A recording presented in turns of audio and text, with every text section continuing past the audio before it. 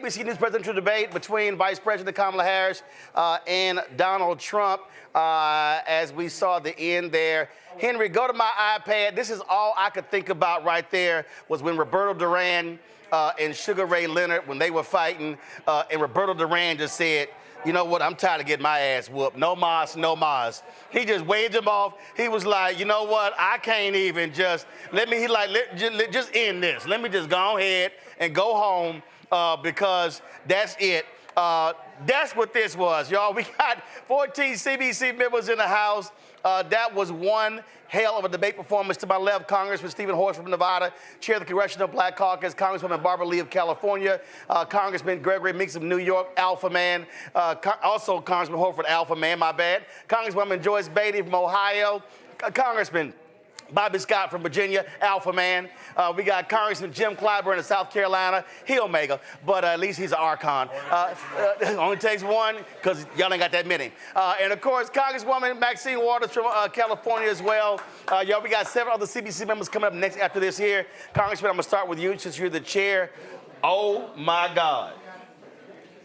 She focused on the American people. She talked about the fact that this debate was about them and their future. This is a clear contrast between two visions for America. She offered clear plans, clear policies that spoke to them. Donald Trump only talked about one person, himself. Over and over again, he kept bringing it to himself. This election is not about him. It's about all of us. And Kamala Harris is a candidate who wants to reach and to lead and to deliver for all Americans, and that's what she talked about. She opened on the economy, bringing down costs. She talked about a woman's right to protect her own freedom to make the healthcare decisions about her body. She talked about immigration and the need to actually address the border crisis and the fentanyl crisis. And it was Donald Trump who walked away from a bipartisan deal that would have solved a problem, but he doesn't want to do that. He wants to keep the problem going. So I think she did a phenomenal job, but it's ultimately the people who will decide this election in 56 days. Congresswoman Maxine Waters, she called that man disgrace several times to his face. She got under his skin. She absolutely did, and he fell for the bait because she looked him in the face and said to him what he never thought that he would hear from her. She held her own. You know, I'm so proud of her. The American people got to see what is competence, what public policy is all about. They got to see a leader who was intelligent, a leader who understood the needs of the American people and talked about bringing us together. She had to confront him in a way that most people didn't even know that she would take him on in the way that she did, but she took him on this evening. And she was right there telling him what he was and what he wasn't. As a matter of fact, disgrace is what stood out. She said it more than once. And I think the American people saw that. They understood that when they heard it. And so I'm so proud of her. She has really demonstrated her competence, her intelligence, and she wore him out on international relations. She was brilliant. He couldn't even respond. He couldn't even get in the debate. All he could do is talk about his friend Putin and the fact that, oh, give him a chance, he'll stop everything before he's ever elected. He's never going to be elected again. I'm sitting here this evening and I understand thoroughly, maybe for the first real time, that we have before us the next president of the United States of America, Kamala Harris. Congressman Clyburn, everybody talked about her need to prosecute him. Damn, did she prosecute him? I don't think he want to see another black female prosecuted in his life. Absolutely. I think that she acquitted herself very well by prosecuting him extremely well. And I think that the American people got a chance tonight to see the contrast. Are we going to have a future where the dreams and aspirations of their children and grandchildren can be realized, or are we going to spend the next several years in chaos? That's the contrast. I think she showed the American people that we can have tranquility, that we can have opportunity, that we can have freedoms, that we can have an America that all can benefit from. I think that, as Maxine just said, we just saw the first woman president of these United States of America. I got to go to Congresswoman Lee on that one. I opened up in the beginning. I asked you about the late Congresswoman Shirley Chisholm. I mean, Vice President Harris stayed on the offense constantly. She did not relent. She did not back up. She stayed on offense. Roland, like Shirley Chisholm, Kamala Harris showed that she's a fighter. She showed tonight that she's a fighter for the people. But she also showed that she was very presidential, that she's prepared, she's experienced, she knows what she's talking about, she has an agenda, and she has integrity. She's authentic, and I think tonight people saw through her authenticity. And they saw that she was a uniter also, and that she's bringing people together. What she saw with Donald Trump, I mean, this man showed his meanness.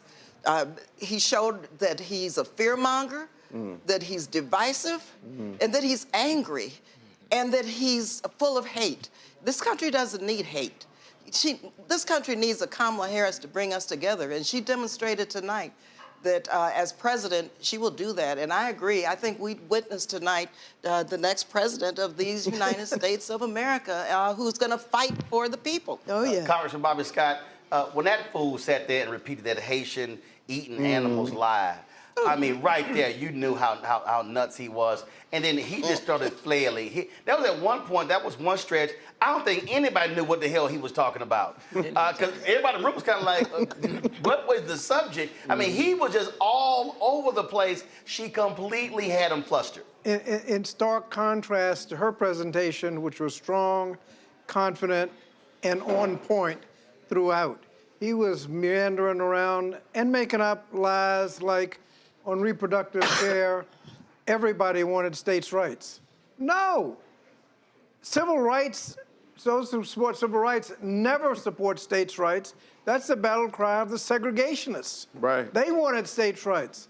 And she pointed out when you have states' rights, they get to do what they want to do in those states. But there was an overriding theme in the whole thing, and that is how you address a problem. Kamala sees the problem as an opportunity to fix it and make life better for people. He views it as an opportunity to complain, get people all worked up, blame the Democrats, but do nothing. And she caught him on the border. Here you have a problem. He's complaining, blaming the Democrats, complaining. You have a solution. He kills the solution. And then what? Goes back to complaining. Well, no. If you have a problem, you ought to talk about solutions. And in the end, he said, well, she's talking about creating jobs. Why don't you create some jobs? He must have missed the point that this administration has created more jobs in 4 years than any administration in the history of the United States. In fact, they'd broken the record in the first 2 years.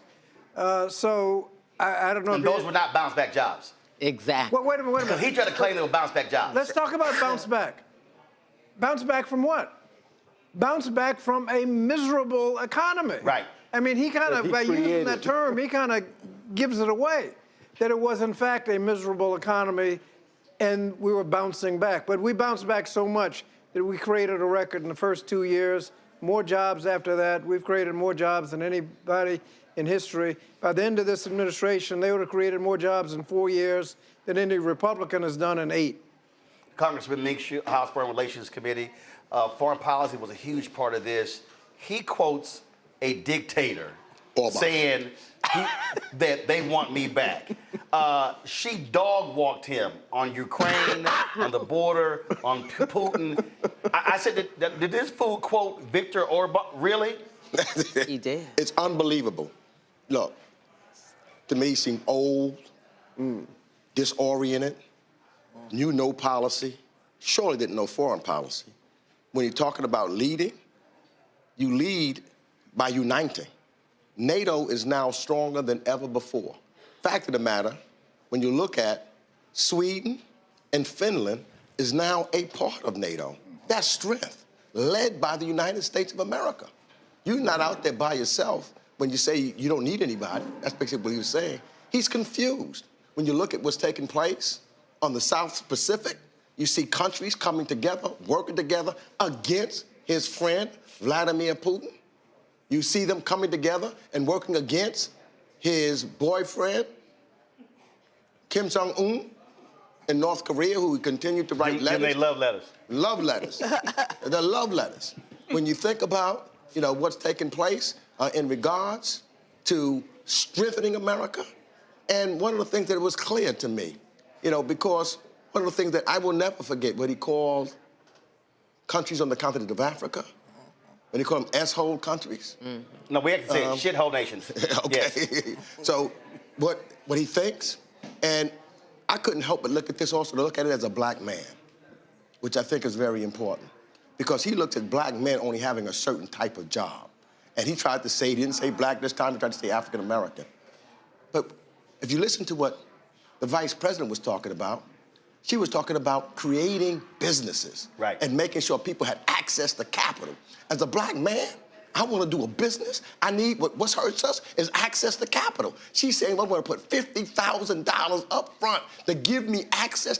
As a black man, that's what I want to do to take care of my family. So she showed real strength and determination on how we can keep our families intact and be proud. She talked about having health care so that and having it affordable. So I don't have to worry about at night how I'm going to take care of my family, because it's being put in place. So she hit all of those elements, whether it was foreign policy and whether it was domestic policy. And as a black man, what will I need to strengthen me and strengthen my family so I can stand up? She spoke for me as a black man. Congresswoman Beatty, when you have these debates, you could do two things. You could get so much into the weeds on your policy that you ignore fighting back, or you can get so locked in on fighting back on the lies you forget your policy. I thought that was great balance, where it was like, okay, let me knock his ass out, come back to my plan, and it was also an uplifting plan. Everything for him was horrible, pathetic. It was all doom and gloom, as opposed to what is hopeful or what is promising. Absolutely. Tonight, I've never been prouder. She answered so many things. We saw tonight what a presidential candidate should look like. We saw her scholarship, we saw her temperament, but we also saw that she's a fighter, that she would stand up to the American people and she wouldn't run away. I'm so proud to join my colleagues and hold this sign tonight, because the number one thing we've been hearing across all of our states, who is Kamala Harris? Well, tonight, she answered that question. She answered what we already know. We've had the pleasure to serve with her in Congress. She's a member of the Congressional Black Caucus. She swore all of us in when she became vice president. She came to the caucus and the Congress and talked about the issues. But tonight, she fought for the American people. And what I really liked about it, she looked directly in the camera. She didn't play to the set or to Donald Trump. She spoke to the American people and she gave them hope. She told them that she would fight for all of our freedoms. She talked to women. She talked international policy and foreign policy. There was not a topic that she wasn't able to articulate. And as you said, it was clear she could get in the weeds with data and fact, but she came right out of it and spoke to the everyday people. She has a plan. He had no plan. He has no policies. He even admitted, well, I got a concept or two. And the more he talked, the more we saw that the discriminating and discriminatory things that he would say. And we saw her standing up for the people. We have a second CBC panel. I'm going to throw this out, and everybody can make their final comments. But y'all serve in Congress. Did that fool say he saved the Affordable Care Act? Did I hear? Yeah, he did. Yeah, you did. Yes, he did. What? he did everything to try to kill it. Exactly. 60 times. Yeah. Everything. And Project 2025 would kill Medicare, Social Security, defund the Department of Education. But he said he doesn't know anything about it. He doesn't want to read it.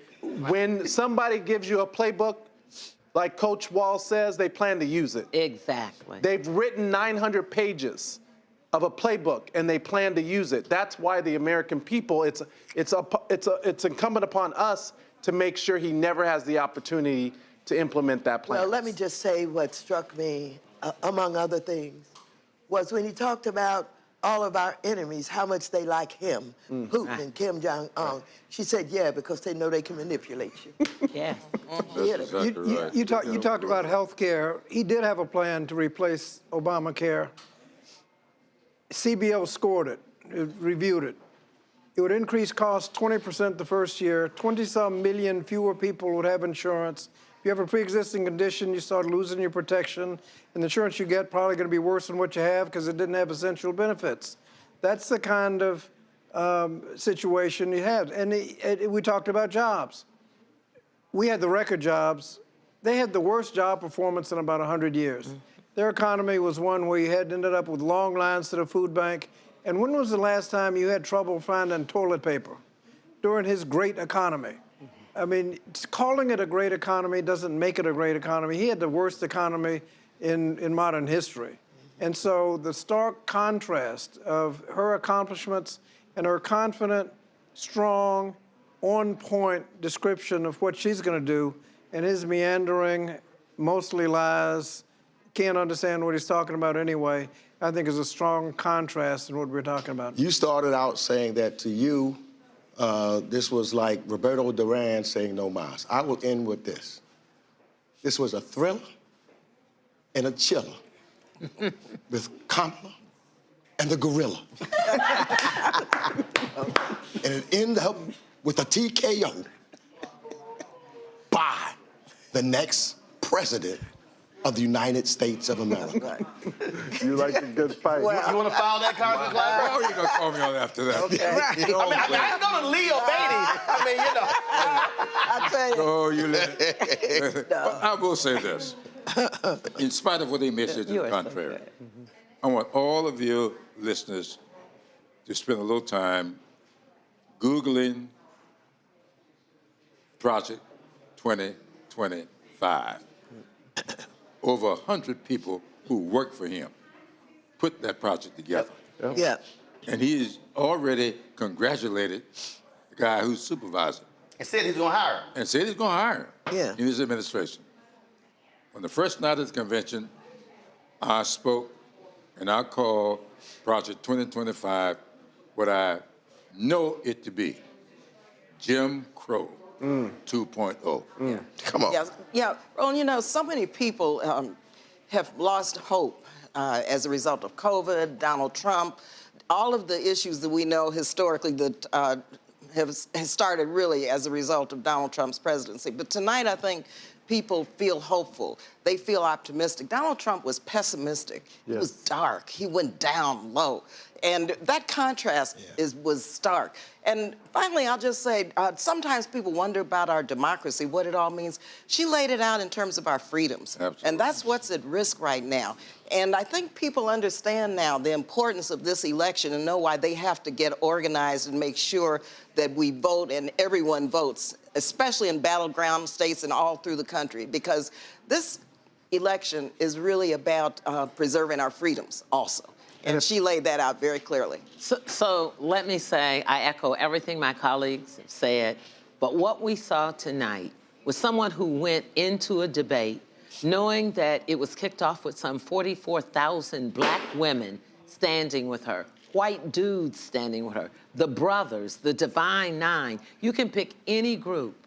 And what she did tonight was talked about our democracy, fighting for the soul of this nation, protecting our freedoms. So the only thing I have to say to end with this is, American people, go vote. Because now the message was sent to us and it's up to us.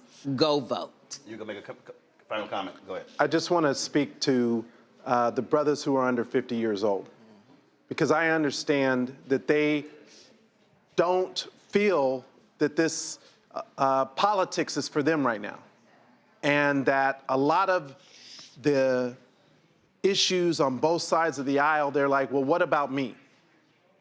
When it comes to the cost of rent, when it comes to the cost of childcare, when it comes to the cost of utilities and groceries, we need to understand who is for us and who is against us. And Kamala Harris has offered a plan, a set of policies, a set of issues that speak directly to all of us, including black men. And we have an opportunity to fight for our families, to fight for our communities, and to make sure that our perspective is heard in this election too. And we're not going to be counted out. That's right. Black men, we're going to show up because we understand that this election is about us. And the vice president spoke to us tonight when she mentioned the Central Park Five. Yep. That's right.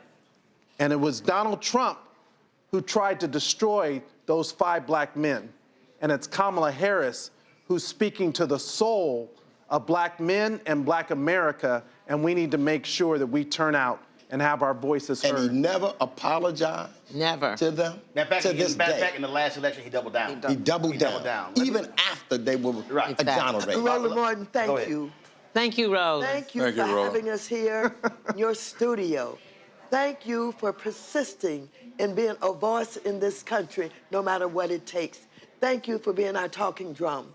I'm delighted to be here in this wonderful setting with you in charge. Hey. I appreciate Thank you, it. Rose. Let me say this. I don't know if other CBC members are here, but let me say this here. So last week was our 6th anniversary. And y'all could have done your watch party anywhere, so I appreciate y'all coming to the studio. But this needs to be said, and I actually opened the show this way tonight. And so I wish the other members were here, but I think they all left. And I opened it this way. The only reason we are here tonight is because the Black Caucus stayed firm. There are people who are watching. There are people they bitch and they moan, and I hear people, they complain. The caucus don't do this, don't do that. But the reality is, white Democratic power brokers were trying to skip over that woman tonight. Yes. They were hell-bent on having an open convention, an open process. Oh, we know that. I ain't got a problem saying it.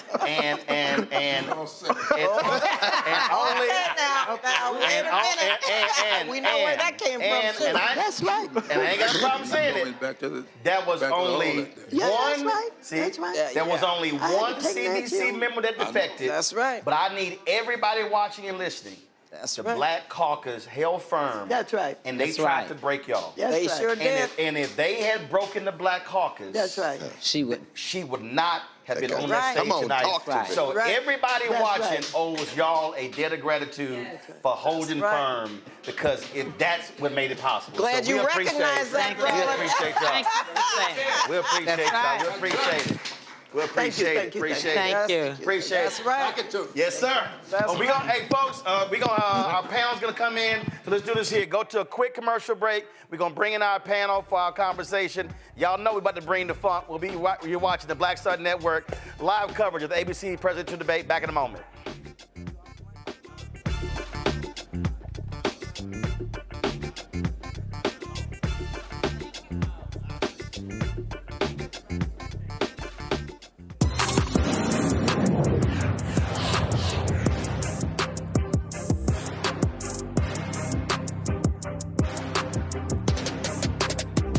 He told us who he was. Should abortion be punished? There has to be some form of punishment. Then he showed us. For 54 years, they were trying to get Roe v. Wade terminated, and I did it, and I'm proud to have done it. Now Donald Trump wants to go further with plans to restrict birth control, ban abortion nationwide, even monitor women's pregnancies. We know who Donald Trump is. He'll take control. We'll pay the price. I'm Kamala Harris, and I approve this message. IVF is a miracle for us because it allowed us to have our family. After having my daughter, I wanted more children, but my embryo transfer was canceled 8 days before the procedure. Donald Trump overturning Roe v. Wade stopped us from growing the family that we wanted. I don't want politicians telling me how or when I can have a baby. We need a president that will protect our rights, and that's Kamala Harris. I'm Kamala Harris, and I approve this message. When you talk about blackness and what happens in black culture, we're about covering these things that matter to us, speaking to our issues and concerns. This is a genuine people-powered movement. There's a lot of stuff that we're not getting. You get it, and you spread the word. We wish to plead our own cause. Too long have others spoken for us. We cannot tell our own story if we can't pay for it. This is about covering us. Invest in black-owned media. Your dollars matter. We don't have to keep asking them to cover our stuff. So please support us in what we do, folks. We want to hit 2,000 people, $50 this month, raise $100,000. We're behind 100,000, so we want to hit that. Y'all money makes this possible. Checks and money orders go to P.O. Box 57196, Washington, D.C. 20037-0196. The Cash App is $RM Unfiltered. PayPal is R Martin Unfiltered. Venmo is RM Unfiltered. Zelle is roland@rolandsmartin.com. Here's a 78-year-old billionaire who has not stopped whining about his problems. Oh, she had a big crowd. Oh, the crowd. This weird obsession with crowd sizes. It just goes on and on and on.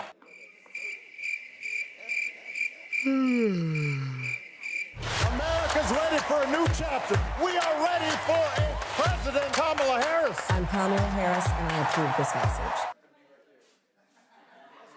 Hatred on the streets, a horrific scene, a white nationalist rally that descended into deadly violence. White people are losing their damn minds. As an angry pro-Trump mob storms the U.S. Capitol, we've seen shooting. We're about to see the rise of what I call white minority resistance. We have seen white folks in this country who simply cannot tolerate black folks voting. I think what we're seeing is the inevitable result of violent denial. This is part of American history. Every time that people of color have made progress, whether real or symbolic, there has been what Carol Anderson at Emory University calls white rage as a backlash. This is the rise of the Proud Boys and the Boogaloo Boys. America, there's going to be more of this. Here's all the Proud Boys, guys. This country is getting increasingly racist in its behaviors and its attitudes because of the fear of white people. The fear that they're taking our jobs, they're taking our resources, they're taking our women. This is white fear.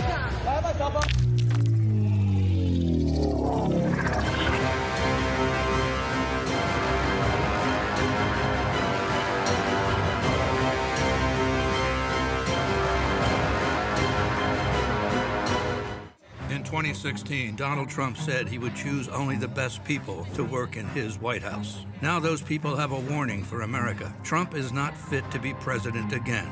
Here's his vice president. Anyone who puts himself over the Constitution should never be president of the United States. It should come as no surprise that I will not be endorsing Donald Trump this year. His defense secretary. Do you think Trump can be trusted with the nation's secrets ever again? No. I mean, it's just irresponsible action that places our service members at risk, places our nation's security at risk. His national security advisor. Donald Trump will cause a lot of damage. The only thing he cares about is Donald Trump. And the nation's highest-ranking military officer. We don't take an oath to a king or a queen or to a tyrant or a dictator.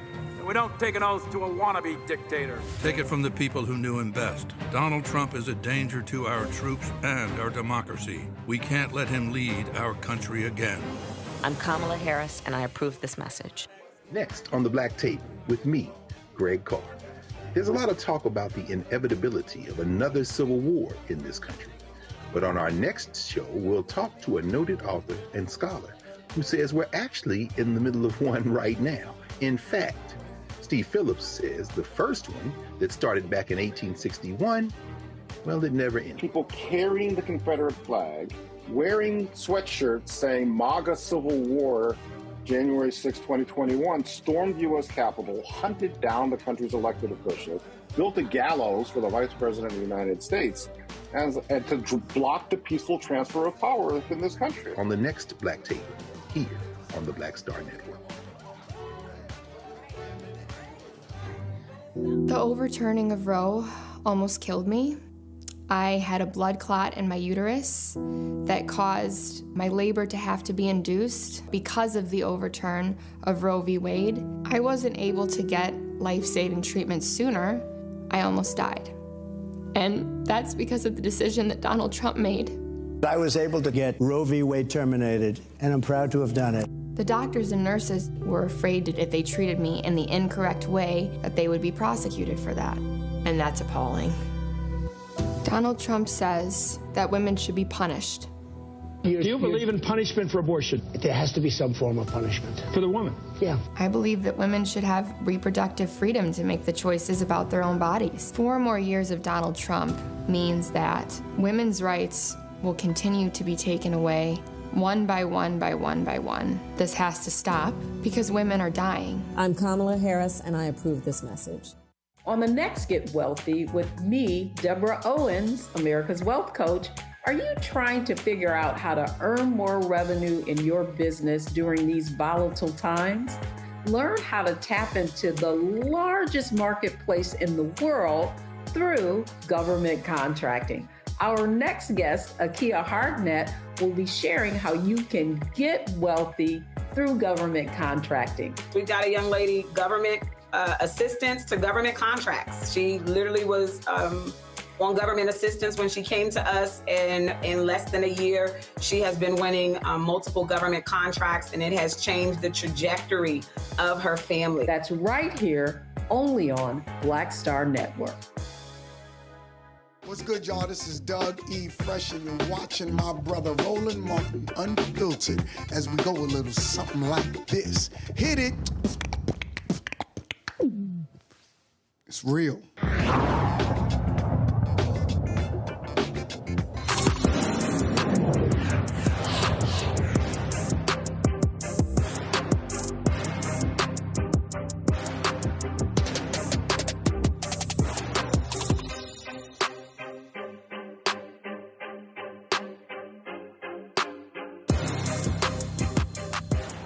We are live back at the Black Star Network post-debate coverage. Rebecca Carruthers, Fair Election Center, Monique Presley, of course, lawyer, all that stuff. Dr. Greg Carr, Howard University. We have Mustafa Santiago Ali. We got Mark Thompson over here. We got Reese Colbert. We got Gumbo Queen, Dr. Nola Haynes here as well. Scott Bolden, you know, he can't stay up past 9:30, so he was only in the pre-show. So glad to have everybody here. He did take a plate. Yes, You think I can take a plate with me? He took a plate. He took a plate with him. He real black. He real black. He took a plate. Right. He asked. But you know he can't eat past 8 o'clock, so he's going to have lunch tomorrow. So, you know. But I have my chicken wing right here. Yeah, I see you got your chicken wing right over there. For the break. I'm going to need somebody to bring one of them red velvet cake cupcakes. Let's go ahead and get started. Damn. Yeah. Damn. One of y'all could just jump out. All I can say is, if this, remember the movie Friday? Yeah. When my man said, you got knocked the fuck out. That's what we saw. Lunch. That is my line of the night. She said they gonna eat you for lunch, sir. Yeah, she did. Y'all go ahead. Did you at least pinch the bitch? Huh? Did you at least pinch the bitch? Yes, please, Not a lick was laid on Vice President Kamala Harris. She was bobbing and weaving up in the motherfucker. Yes. Hold on, let me be real black. Cynthia, I need some water with some ice. Go ahead. Wow. So here's the thing. Yes, sir. That's black. Here's the thing. I tweeted, if you have never seen what it looks like to over-deliver, this is your night. And that might not be even exactly what I said because I was a little excited, but over-delivery was my theme. And I was really just talking to myself because for Reese and I especially, I don't know for how many more, we're way back, like, oh my goodness. OG K-Hive story. What has happened, Roland? Interrupt me, hold please. On, Tell the story. He probably just seen what we saw. It's obvious something has happened. He just seen it. Lord, I want to. Lord, the white woman has spoken. We already know. What white woman? It's over. Taylor Swift. Which one? Taylor Swift. Come on, Taylor. Hold on, she is. Childless cat lady. Yeah. She is 20. She is. Y'all go to my. Read the signature, Roland. Hold on. Read how she signed it, Roland. Hold on. Let me go to her thing. Hold on. Let's Weak see and here. wrong. And they brought you a She cupcake waited too, man. till there was no doubt. There's a red velvet cupcake. I got my chicken leg. What is Wow. I want some water too. Where did she say? Was it on Instagram? She signed it. Instagram. Wow. It's Okay, 'cause I'm on Twitter. All right, let me. Y'all go ahead and talk. Let me pull it up. So let me say, what I meant when I said over delivery was I had posted today saying, y'all are drunk. This is what she does. I expect her to be proficient. I expect her to be efficient. Sure. She's a trial lawyer. She's an attorney general. She's a senator. She's a vice president. She's a black woman. You're gonna see all those things. So I expected them.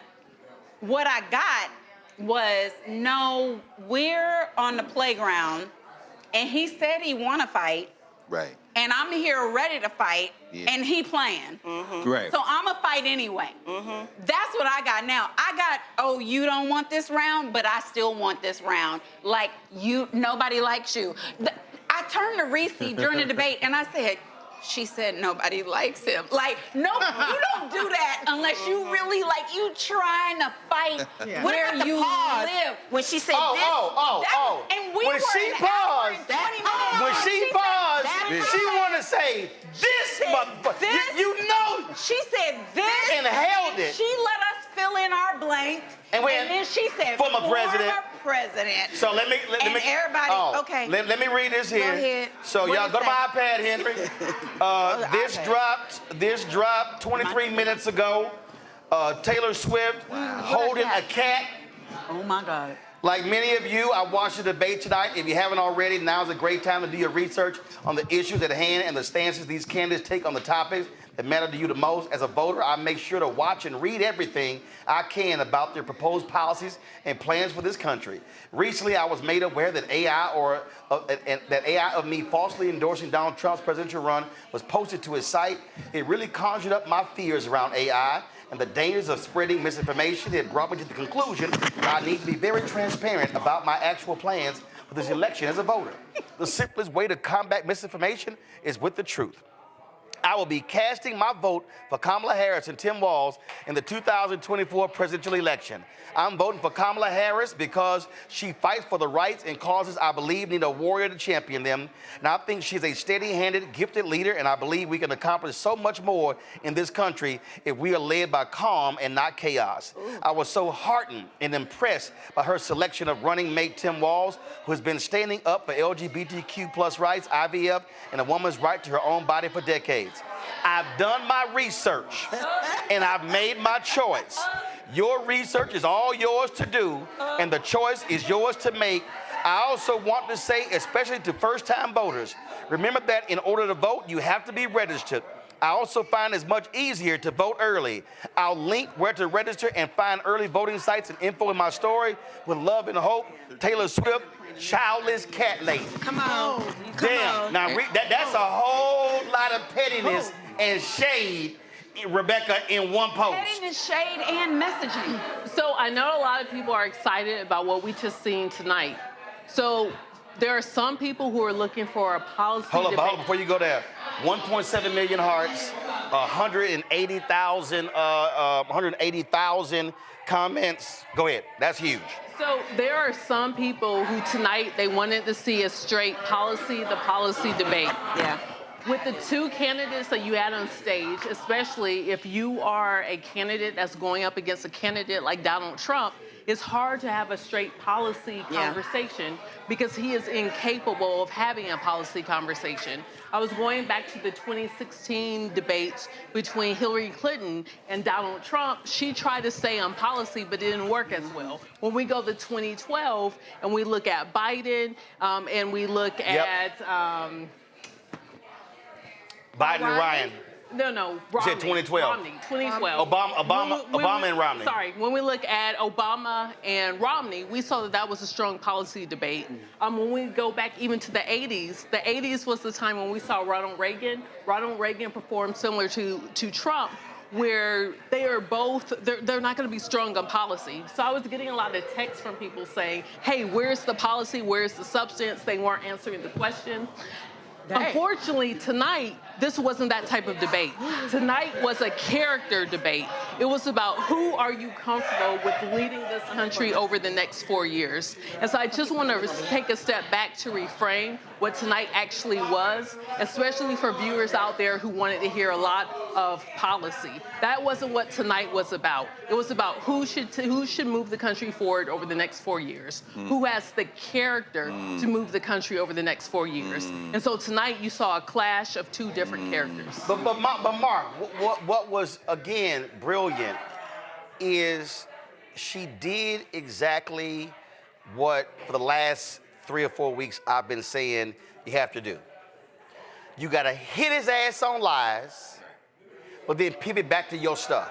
You can't get so bogged down in playing his game. When she brought up the crowd size, his dumb ass, he fell for it. She served it like a DeBaby want a bottle, and he took it. And hold up, let me go back. Yeah. She brought up my crowd size.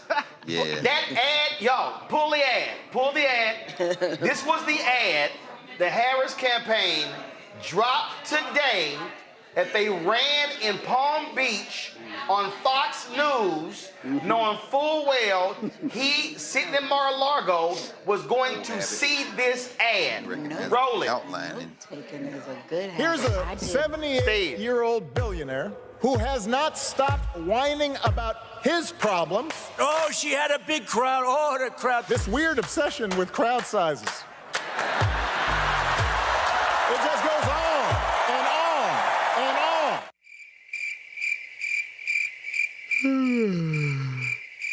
America's ready for a new chapter. We are ready for a President Kamala Harris. I'm Kamala Harris, and I approve this message. All right. Brilliant. Brilliant, and she definitely got under his skin. But while I agree this was not much policy, it was just enough, especially at the beginning. Because you saw in some of the man on the street interviews that these trifling networks are doing, because they gotta make the woman do more than she's supposed to be doing. Some of the people saying we don't have no pot. So she came out in her first response, talked about what I'm gonna do for middle class families. That's it, that ended it. Then she could focus on pushing his buttons, which she did, because when you push his buttons, remember we were here before, Biden pushed one button.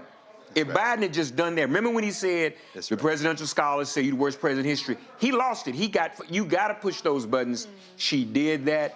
She exposed him for what he was. He was rambling. Even got him talking about eating pets. I mean, and I think even people who want to be with him, when they heard that, they were like, dude, come on, man. That's just... But here's the deal, though. I would slightly disagree. There was a lot more policy. There was a lot. Reese, what she was doing was, again, it was classic boxing. Stick and move. Yeah, oh yeah. You absolutely. stick and move. Absolutely. You don't sit here and stay on the ropes. Yeah. She tagged his ass, back to her stuff. And she kept uplifting. She refused to get bogged down in trying to respond to all his silliness. Yeah. Well, Kamala Harris came to debate Donald Trump. Donald Trump came to debate miscellaneous motherfucker. It could have been everybody, anybody. Literally, she had to actually say, "You ain't running against Joe. You running against me."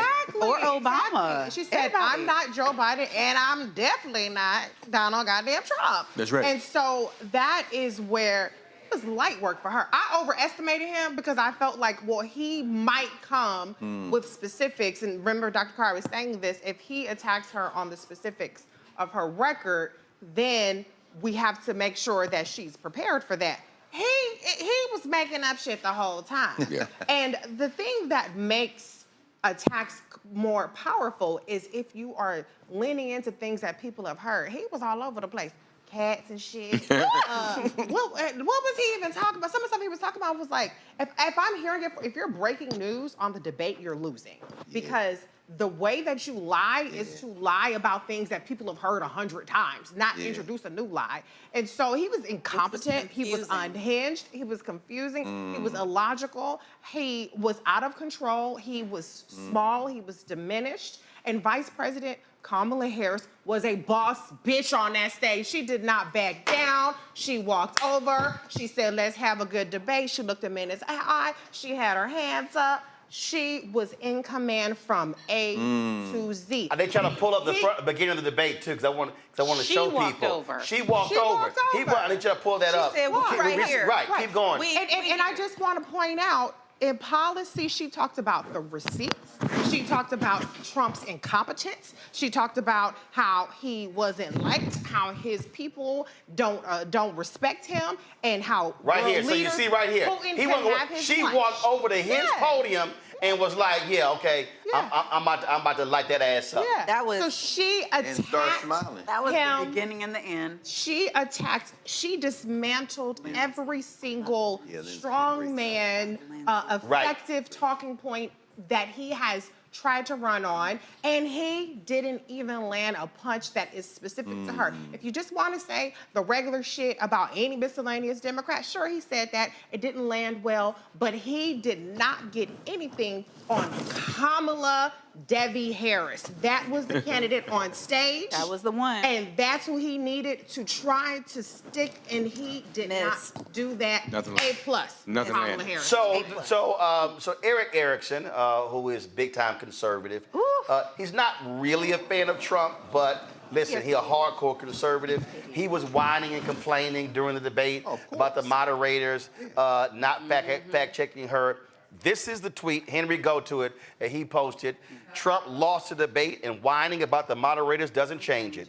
He didn't lose because of their behavior. He lost because of his own performance while his lips were moving, not theirs. Praise God. Frank, I'm going to pull up in a second. Frank Luntz said, Republicans are blowing my phone up about the moderators. He said, that means they're losing. That means so they're gonna have Nikki Haley now be the new nominee. I mean, they are. I mean, right now, Mustafa, they are. I mean, Megyn Kelly was. If I show y'all some of her tweets, Mustafa, I'm talking about these folk have been outside their minds, angry because they were complaining about everything. When, as I say, when you're complaining about the refs, you're losing. They know they're on a sinking ship. They've known that for a little while, and tonight, actually just verified that for them. No. They know that they don't have policies that the majority of the country resonates with, that is going to help to improve their lives. And they were hoping that in this particular moment, that Trump would do something different. The difference would have been to stick on policy and to be able to move forward in a way that the country saw themselves reflected in that.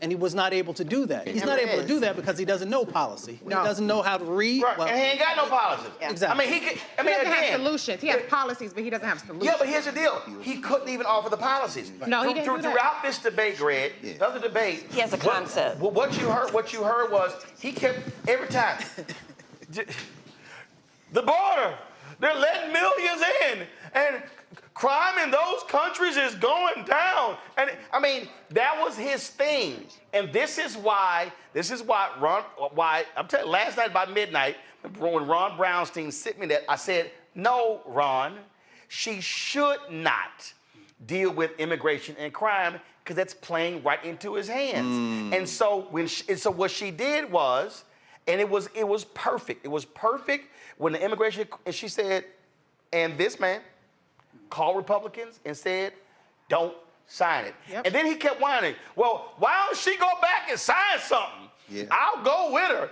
Why don't they go back and sign something? They can't sign nothing because you told Republicans don't pass the bill. She boxed him in, and all he had was these crazy deranged people. And then what did he do? He went right back to white fear. They're coming into our towns, Springfield and Aurora. And he was calling all these white towns. He was trying to push the buttons, and it was like, bruh, you suck at this. Or he was rallying his troops. I mean, it was a 12-round fight, 12 rounds of questions, with a closing statement being the 13th. Shout out to Lindsey Davis, by the way. Shout. Who in round 3, discussing immigration. It was actually round 2, on reproductive rights. She said, no, it's nobody that does that. But it seemed, I'm sitting here, immigration was very interesting. She turned it to the crowd size. That's when he lost his mind. That's when the dog eating came up around 3 on immigration. When she did that on the rallies and the people leaving board. Everybody at home, y'all can see Greg took notes. No, he got index I'm cards. not trying to front. I can't keep it in my head. You know what I'm saying? But then in round 4, see well, the extent of law the notes. school, that's how they teach us how to outline, Like right? No, these are little, even on these little note cards, the writing is real small. That's OCD. It's a manuscript. Anyway, no, but round 4 in fracking, the line, it's a close second to the dog eating. But I love this. Transgender operations on illegal aliens. That was. I'm like, that's some National Enquirer shit. You know, well, so here's what happened. So the K-File on CNN, they pulled that up. They claimed in 2019 she called for that. And so Erin Burnett was on CNN last night, and she was like, "Oh my God, are you serious?" And so Megyn Kelly and all the others, so they've been running with that. Oh. And so what he did, he heard it, and he just immediately ran with it. He is.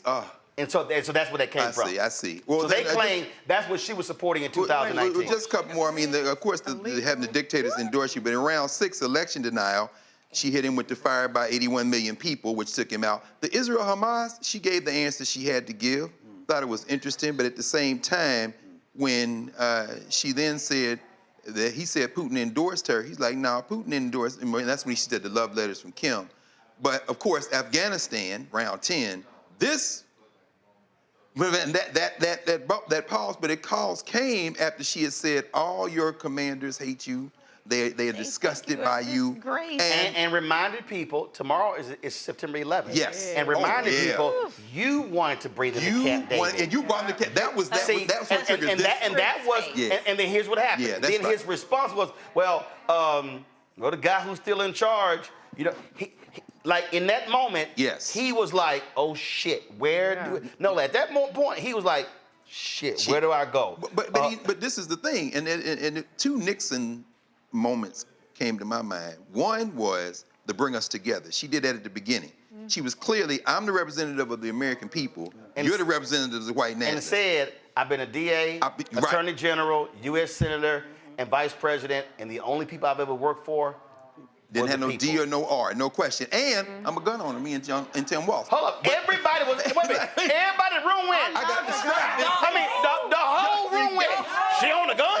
No, the whole church went left. That's right. That was where we all went. No, but got me when she said the whole room went.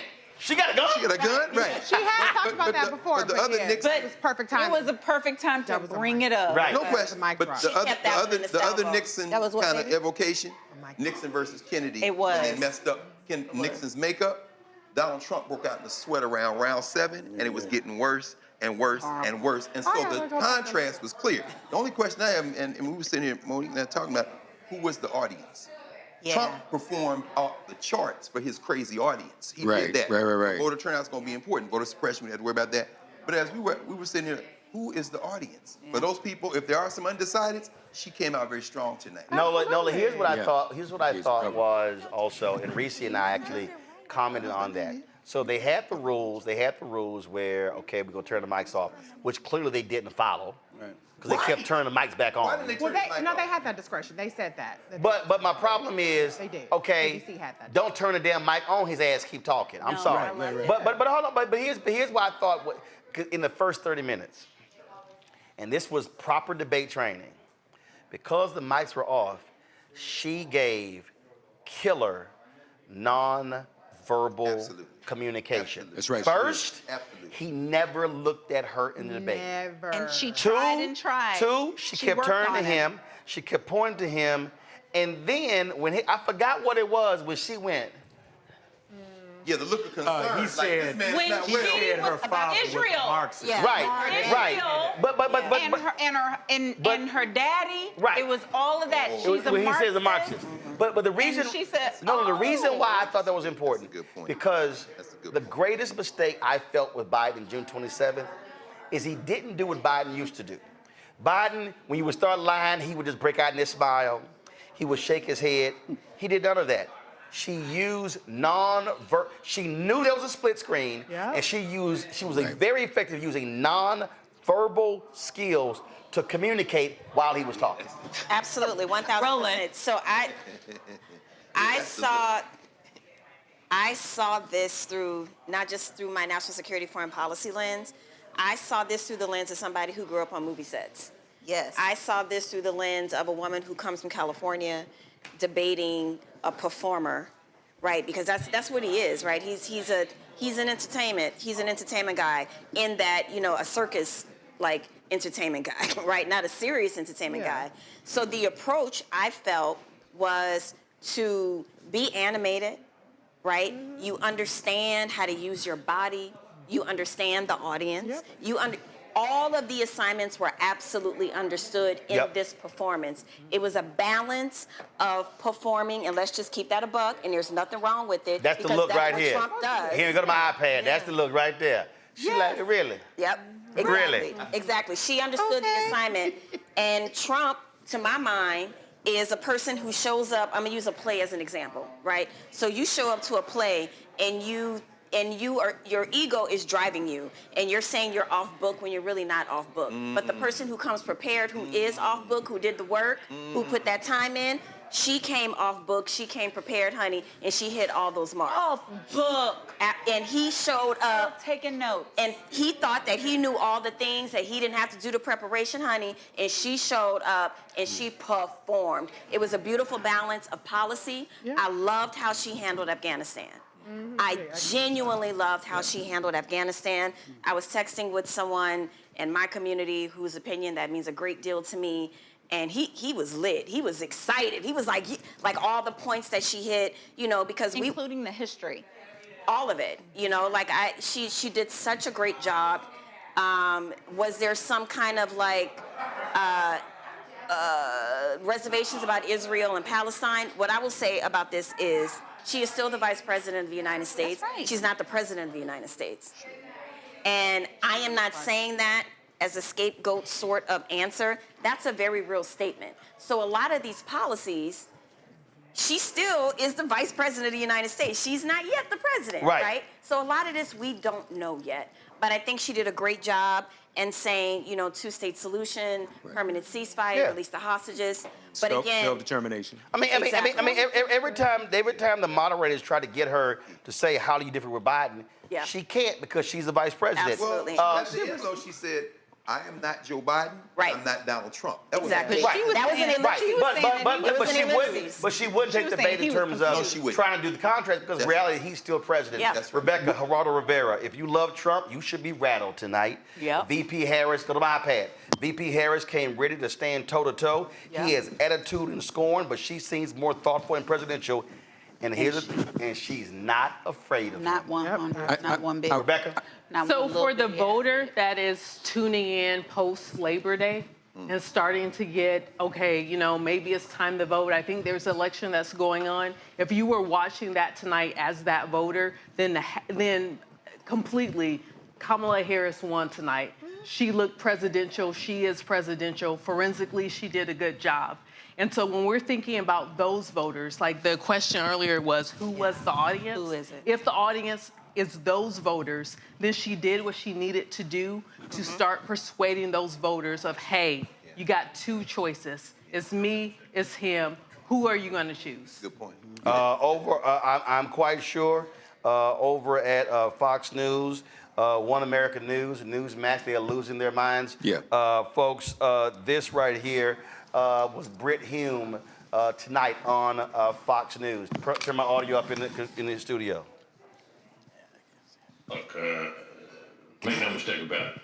Trump had a bad night. He rose to the bait repeatedly when she baited him, something I'm sure his advisors had begged him not to do. You know, in the first debate when Biden attacked him, he just kept his cool and kept going. And this he did not do that. To debating, and we heard so many of the old grievances that we'd long thought that Trump had learned were not winners politically. And there they all were, you know, talking about how he didn't lose the election and all that. I mean, so my sense is that she came out of this in pretty good shape. Now, how long this will last and is anybody's guess. But for tonight, at least, this was pretty much her night. You're saying she had a good night? I'm saying she certainly did. Sean Hannity. And the thing, go ahead. No, what I was going to say, I look at this as a debater. Yeah. And a lot of debate is psychology. And so what I saw when I watched her was surgery. Because there were things from the opening salvo, from the ball up, poop, there were decisions. Yep, absolutely. And there were words. And she was not looking at notes, but she knew. Weak. Weak and wrong. Disgrace. Yep. Wrong. Crowd size.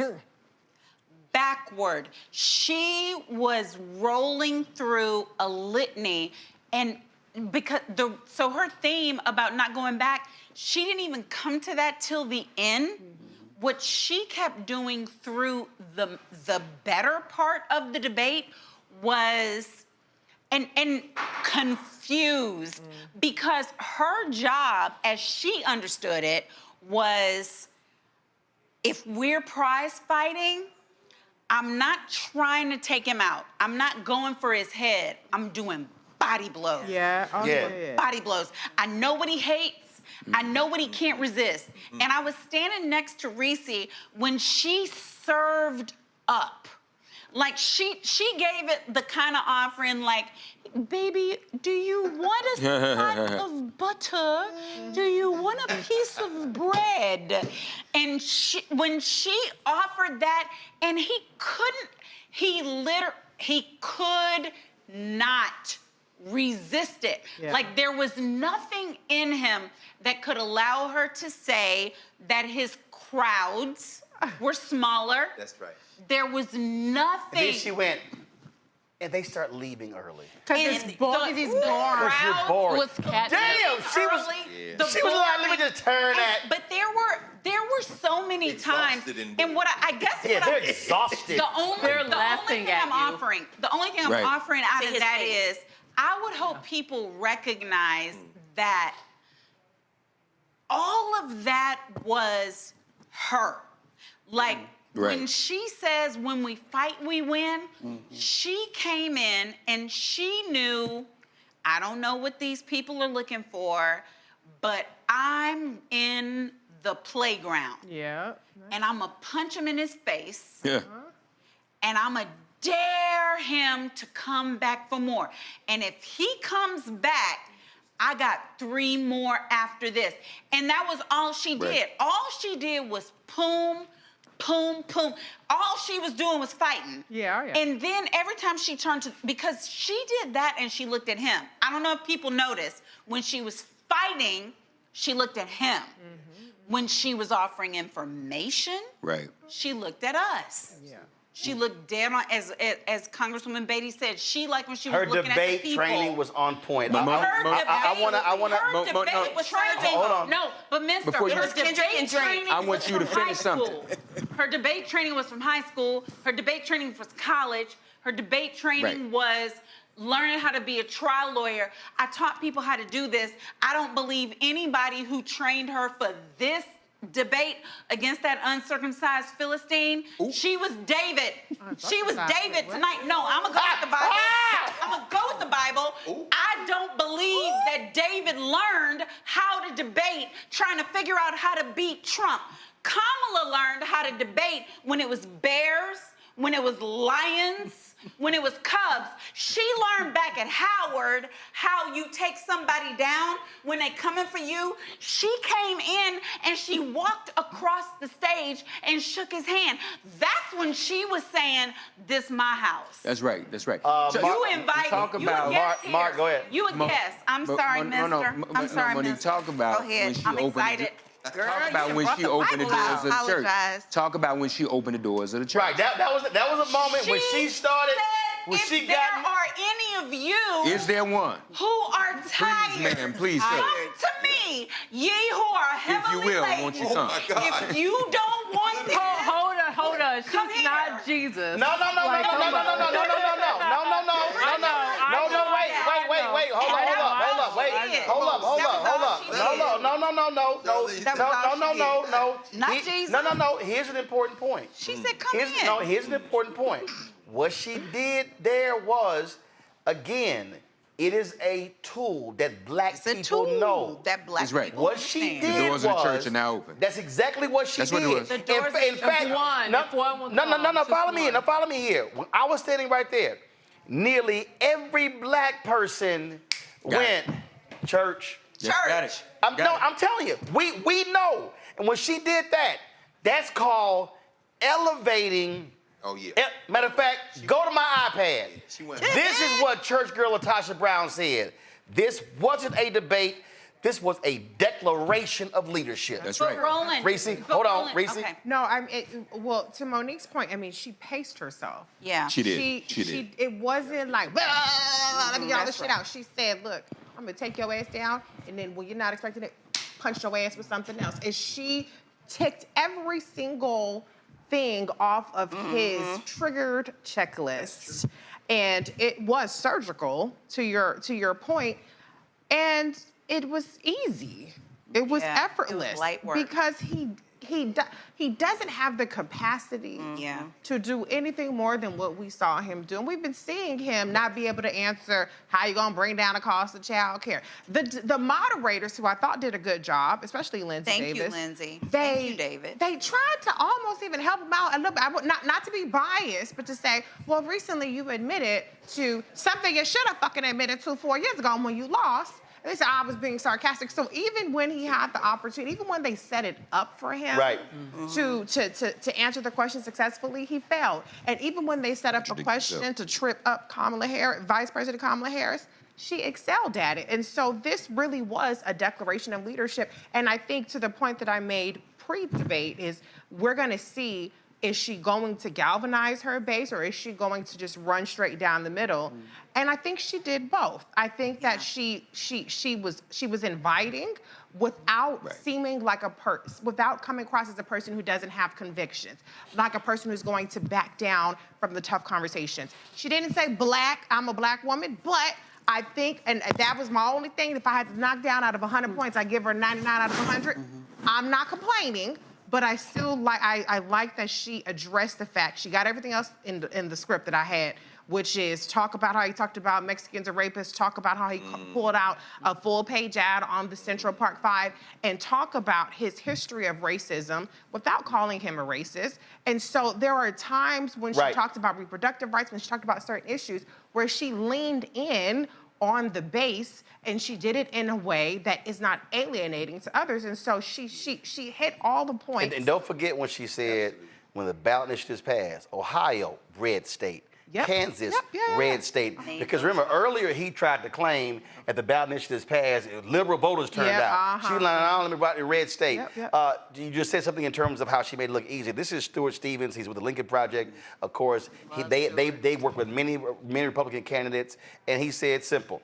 Wow, the VP did what great athletes can do: make the incredibly difficult look easy. She made it look easy. You know, she did a couple of things. You know, you had Donald Trump walk into that room feeling that he had the ability to bully and to be this larger-than-life individual, and you watched him shrink and shrink and shrink and shrink. So, yes, surgically, she deconstructed who he was, his personality. It was to one point, I'm talking.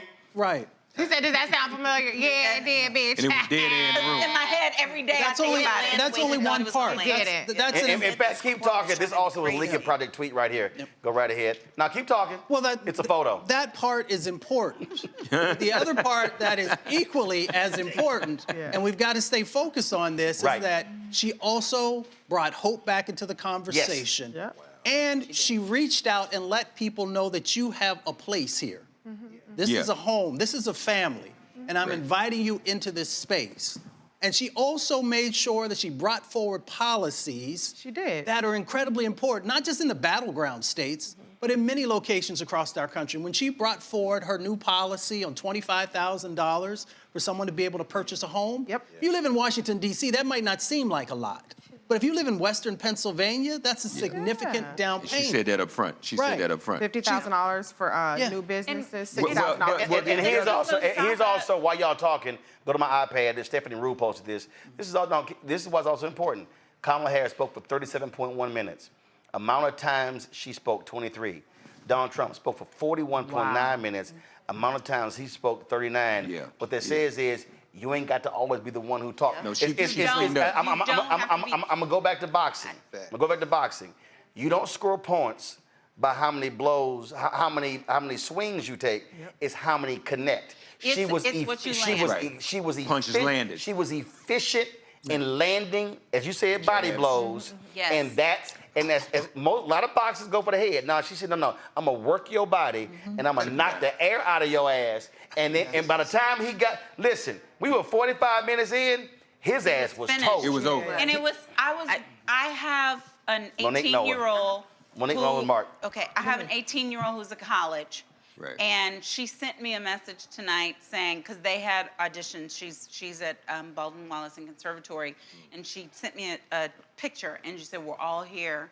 We finished our auditions, we're watching together. Wow. And then she sent me another picture from a friend of hers, Jackson, her best friend, who's in Pennsylvania, and she sent me the auditorium where they were all watching. And so these are 18-year-olds who can now vote, who were so in Pennsylvania, who were so frustrated with us and our votes. And she was writing and she was like, oh my God, the way he's struggling. Why is this even happening this way? Ooh, wow, she killed him. I was getting their responses. But what I learned out of watching them and the way that they were corresponding and the way we were corresponding was this. Everybody, no matter where you enter the political spectrum, understood tonight this was her house. That's right. Oh, yeah. And she was letting you say as much as she was letting you say, but she was gonna say her piece and her part. And for what we talked about in the beginning, I think that matters, right? Because it wasn't about the questions, Rebecca. She said whatever she wanted to say. And sometimes she announced it. She was like, well, he did say this, but I'm going to go ahead and say this. The reason why I think that matters the most is because for people who were watching, they were looking for leadership. And they were looking for boss assness, right? and I don't think there's any question about the fact that she gave that. To your earlier point, you know, when I heard her mention the word weak, and she talked about being an immigrant and, you know, her parents being immigrants. Yes. What landed to me was Emma Lazarus' poem written on the Statue of Liberty. Give me your tired, your poor, your huddled masses yearning to breathe free, the wretched refuse of your teeming shore. So she hit so many important points. Yes, she also hit the biblical points that spoke to, you know, Black Americans. She also hit the points that is written on the Statue of Liberty when, you know, we talk about immigration as if Americans have just now become xenophobic. That is not the case. You know, when we think about the Italians and the Irish that came here, and you know what I'm saying? Like, this is a long, ugly history in our country, and then you add melanin, you add more melanin than some of the Southern Italians, and it's gonna be even uglier. But I think she hit all those notes, and I think it's important to bring history up. You know, I know that, you know, the young brother who was talking earlier about the under 35s, that they don't necessarily respond to the kind of historical narratives in which, you know, maybe people in our age group do and our parents do and our grandparents do. But that moment for me really kind of signified what the Statue of Liberty stands for. That, you know, I'm a descendant of slaves, but this country is mostly built on, immigrants. And I think she hit that too without, like Reese said, so much of what she did was implicit. Yeah. It wasn't necessarily explicit. And that's okay. And that was one of those moments for me. That's and, you know, my folks didn't land at the Statue of Liberty and have that narrative, but I think she also spoke to those parents, to those people too, and she opened the tent. Right, she broadened the tent of the coalition. She's not a populist like Trump. He doesn't have to appeal to anybody else because he has his base and that's it. Exactly. That's what a populist does. A populist talks to their 30, 40%, that's it. She opened the tent, she broadened the tent, and I think by mentioning that quote, there was so much wrapped up in that moment, you know, weak and wrong. that one small word, weak, it just harkens so many feelings and emotions. And that was the one thing that came up to my mind. Was the Statue of Liberty. One of the greatest debate moments ever. Henry, go to my iPad. Trust me, in only 5 seconds. And this former president, and this former president, and this former president. Why? Whoa, Mark! That's not planned. She struggled. Like she almost didn't make it. That's improv. You don't think that was acting? That was improv. That was improv. That was not acting. No. It was acting in that. It was acting in that it may not have been scripted. Oh my Lord! It was not. Hold on. She understood how to use. Oh my Lord! Oh my Lord! White folk about to lose their mind. What happened? Lord have mercy. Caitlin Clark liked Taylor Swift's endorsement of Kamala Harris. Oh Lord, the white folk. Oh Lord, MAGA about to lose their damn mind. It's over. It's Yes. over. MAGA about to lose their mind. Mark, go ahead. We need the white women. But that, Come and that's on, white exactly, you read my mind. That's exactly what I was going to say. And to everything you said, the implicitness, we ought to acknowledge the manner in which she presented herself tonight. It was very genuine and authentic. Nothing was forced. Those natural reactions, people could relate to as the kind of reactions, yeah, I would probably react that way. The way she held her arms, everything she said, the way she said it was real for people. And it was like, this is how you reacted. Even the way she looked at him when he was saying crazy stuff. But Mark, that's again, we're gonna go back to, again, using sports analogies.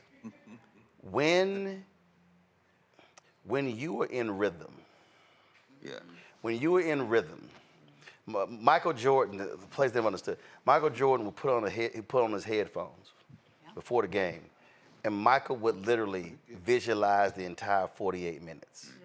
He would visualize where he was going to take the ball, which corner he was going. He would literally visualize the entire 48 minutes. She did. If you go back and look at that, from beginning to end, she was completely in rhythm. Right.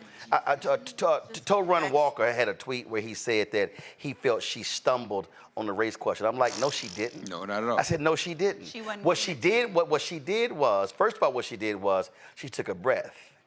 Yep. See, this is what people don't understand. She took a breath and that breath was, see, I can respond this way. But let me go here. But the brilliance of how she responded was, because see, here's the whole, remember, she got asked that question by Dana Bash. She did. And she went, next question. Yeah. But this time what she did was, she answered it, and why do we have to question people? But then but you did this. But this Yes, right. And you did this, and you did She this. said we shouldn't have to answer it, but he's a racist. That's how you operate when you're in rhythm. You're not thrown off. And at no point in 90 minutes did he throw her off. So to your point, that's what was so strong, how she just flowed for the entire, 95, almost 100 minutes. And in that Mark, response, then Rebecca. she mentioned the Central Park Five.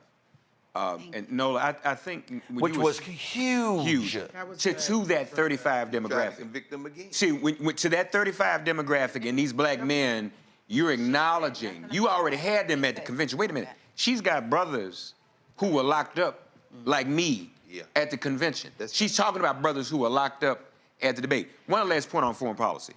We talked about Palestine and Israel. And, you know, I'm in the movement. A lot of folks are impatient with the Biden administration. You're right, she's still the vice president. But folks, here's a lesson in why she has to speak the way she speaks. African-American electeds and leaders are disproportionately punished for speaking out against Israel. That's our history. As soon as she said, I will let Israel defend itself, his immediate response was, she hates Israel. Because the narrative that has been set up is that we're all anti-Semitic. Right. And they want to paint her with that and tank her with that. Of course. So, but notice, as soon as she said, I will let Israel defend itself, he responded with, oh, she hates Israel. And then the Arab world, too. Yeah. I mean, the United States Rebecca, was interesting is he kept going on and on about abortion after the 9th month. This is this is a mean, but this is a mean folks posted. Abortion after birth is called school shooting. Thank you. I wish somebody Amen. Yeah. There it is. Well, you know, Mark, to your point, it's not just black elected officials speaking out against the Israeli government. If you are black in this country and you are criticizing the government of Israel, you are labeled anti-Semitic, even though there are a lot of black folks who are of Jewish descent, ethnically, right? So, but that aside, a lot of people are excited. A lot of people are feeling emotion by tonight's debate performance. But we know debate performances don't equal winning the election. Right. And so I'm going back to what does it take for Vice President Kamala Harris to win the election? That's right. Is tonight enough? You know, if her goal tonight is to do no harm to her campaign, absolutely she excelled. If it's, you know, show that she has competent leadership capability, she excelled there. But now when we're thinking about the people who are voting, and the reason why I'm stressing this is we're in 2024. This is not 2020. This is not a level playing field. The rules are different. There are millions of people who are eligible to vote in 2020 who are not eligible to vote in 2024. When we go through surgical precision and we start to look at the battleground states where those votes are going to matter a little bit more than, unfortunately, votes in other places, that's my concern. Are those people watching? Does this debate performance tonight move them? What does that look like in Michigan? What does that look like in Wisconsin? What does that look like in it moves them. You know, doesn't move. My count here's it moved Biden all the way off the ticket. But let's look at actual real-time data. Go to my iPad. CNN's instant poll. CNN's instant poll. Always, baby, go to the iPad. That's how we do this. We put that shit on the T-shirt. Shelly, go to my iPad. CNN's instant poll. I just run me my percent. 63% believe she won the debate. Trump 37. It's always the black No. woman, Here's what this does. First of all, tonight drives the next 48 to 72 hours of coverage. Yep. Two, I can guarantee you, in the next 24 hours, will be the third largest fundraising haul behind the first announcement, behind the convention. You got that. Three, what's gonna happen? And I can guarantee you in 72 hours, we're gonna hear a massive number of volunteers sign up. You already have, again, you already have the Taylor Swift endorsement. That means all those Swifties are about right. They were already together. What I'm saying is they're about to get in formation. The fact that a Caitlin Clark likes a Taylor Swift post, that is going to lead to conversations in the sports arena. So what's going to happen is coming out of this debate, unless something happens internationally or nationally, you're going to see literally folks on Fox News losing their mind tomorrow. Conservative radio is going to be yelling, hollering, and screaming about the debate moderators. And remember, the VP debate is in a week, September 17th. And so now all of a sudden, which is National Voter Registration Day. Right. So what I'm saying is, if you look at the trajectory. Ben Shapiro says ABC's moderators are a disgrace to their profession. They've all been, trust me, Megyn Kelly, Ari Fleischer. Matter of fact, y'all know I'm petty. Y'all know I'm real petty. Ari Fleischer, go to my iPad, Henry. ABC is making a huge mistake trying to fact check this live. They're only proving how biased they are. Dude, come on. See, again, no, when you don't like fact checking live, that's when you know in trouble. So what I'm laying out here, if you look at the trajectory of this campaign, how the campaign has been flawless. There have been some internal issues, how they've been trying to move people around. Right. But literally outward, it's been flawless. She kills it with this debate. Kills it. Here's the deal. I guarantee you, the question's tomorrow. Will there be a second debate? He is not going to have a second debate. No, he's not going to do it.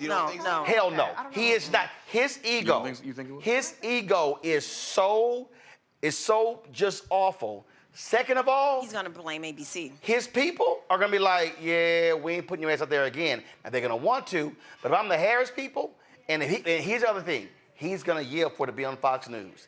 And Harris people should say, No, absolutely. hell no. They, after $787 million. So I'm just saying from a momentum standpoint and a structural standpoint. And I'm going to say one other thing. And this is brilliant. And I'm going to say this because she didn't do it in 2019, but she did it tonight.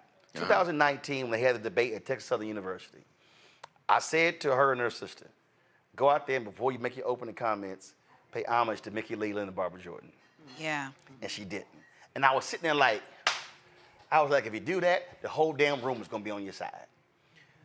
Go back to when she talked about Ukraine and when she said, the Polish community here in Pennsylvania. Yeah. That was a perfect. And she named the number. That's my point. That's my point. Here, that was a perfect example where we are. of how you took an international issue and brought it home. You brought that thing. And she said, here in Pennsylvania. Yeah. So what's going to happen tomorrow? In all the Polish chat rooms, in all the Polish text messages. She saw us. She recognized us. Again, it's one of those things.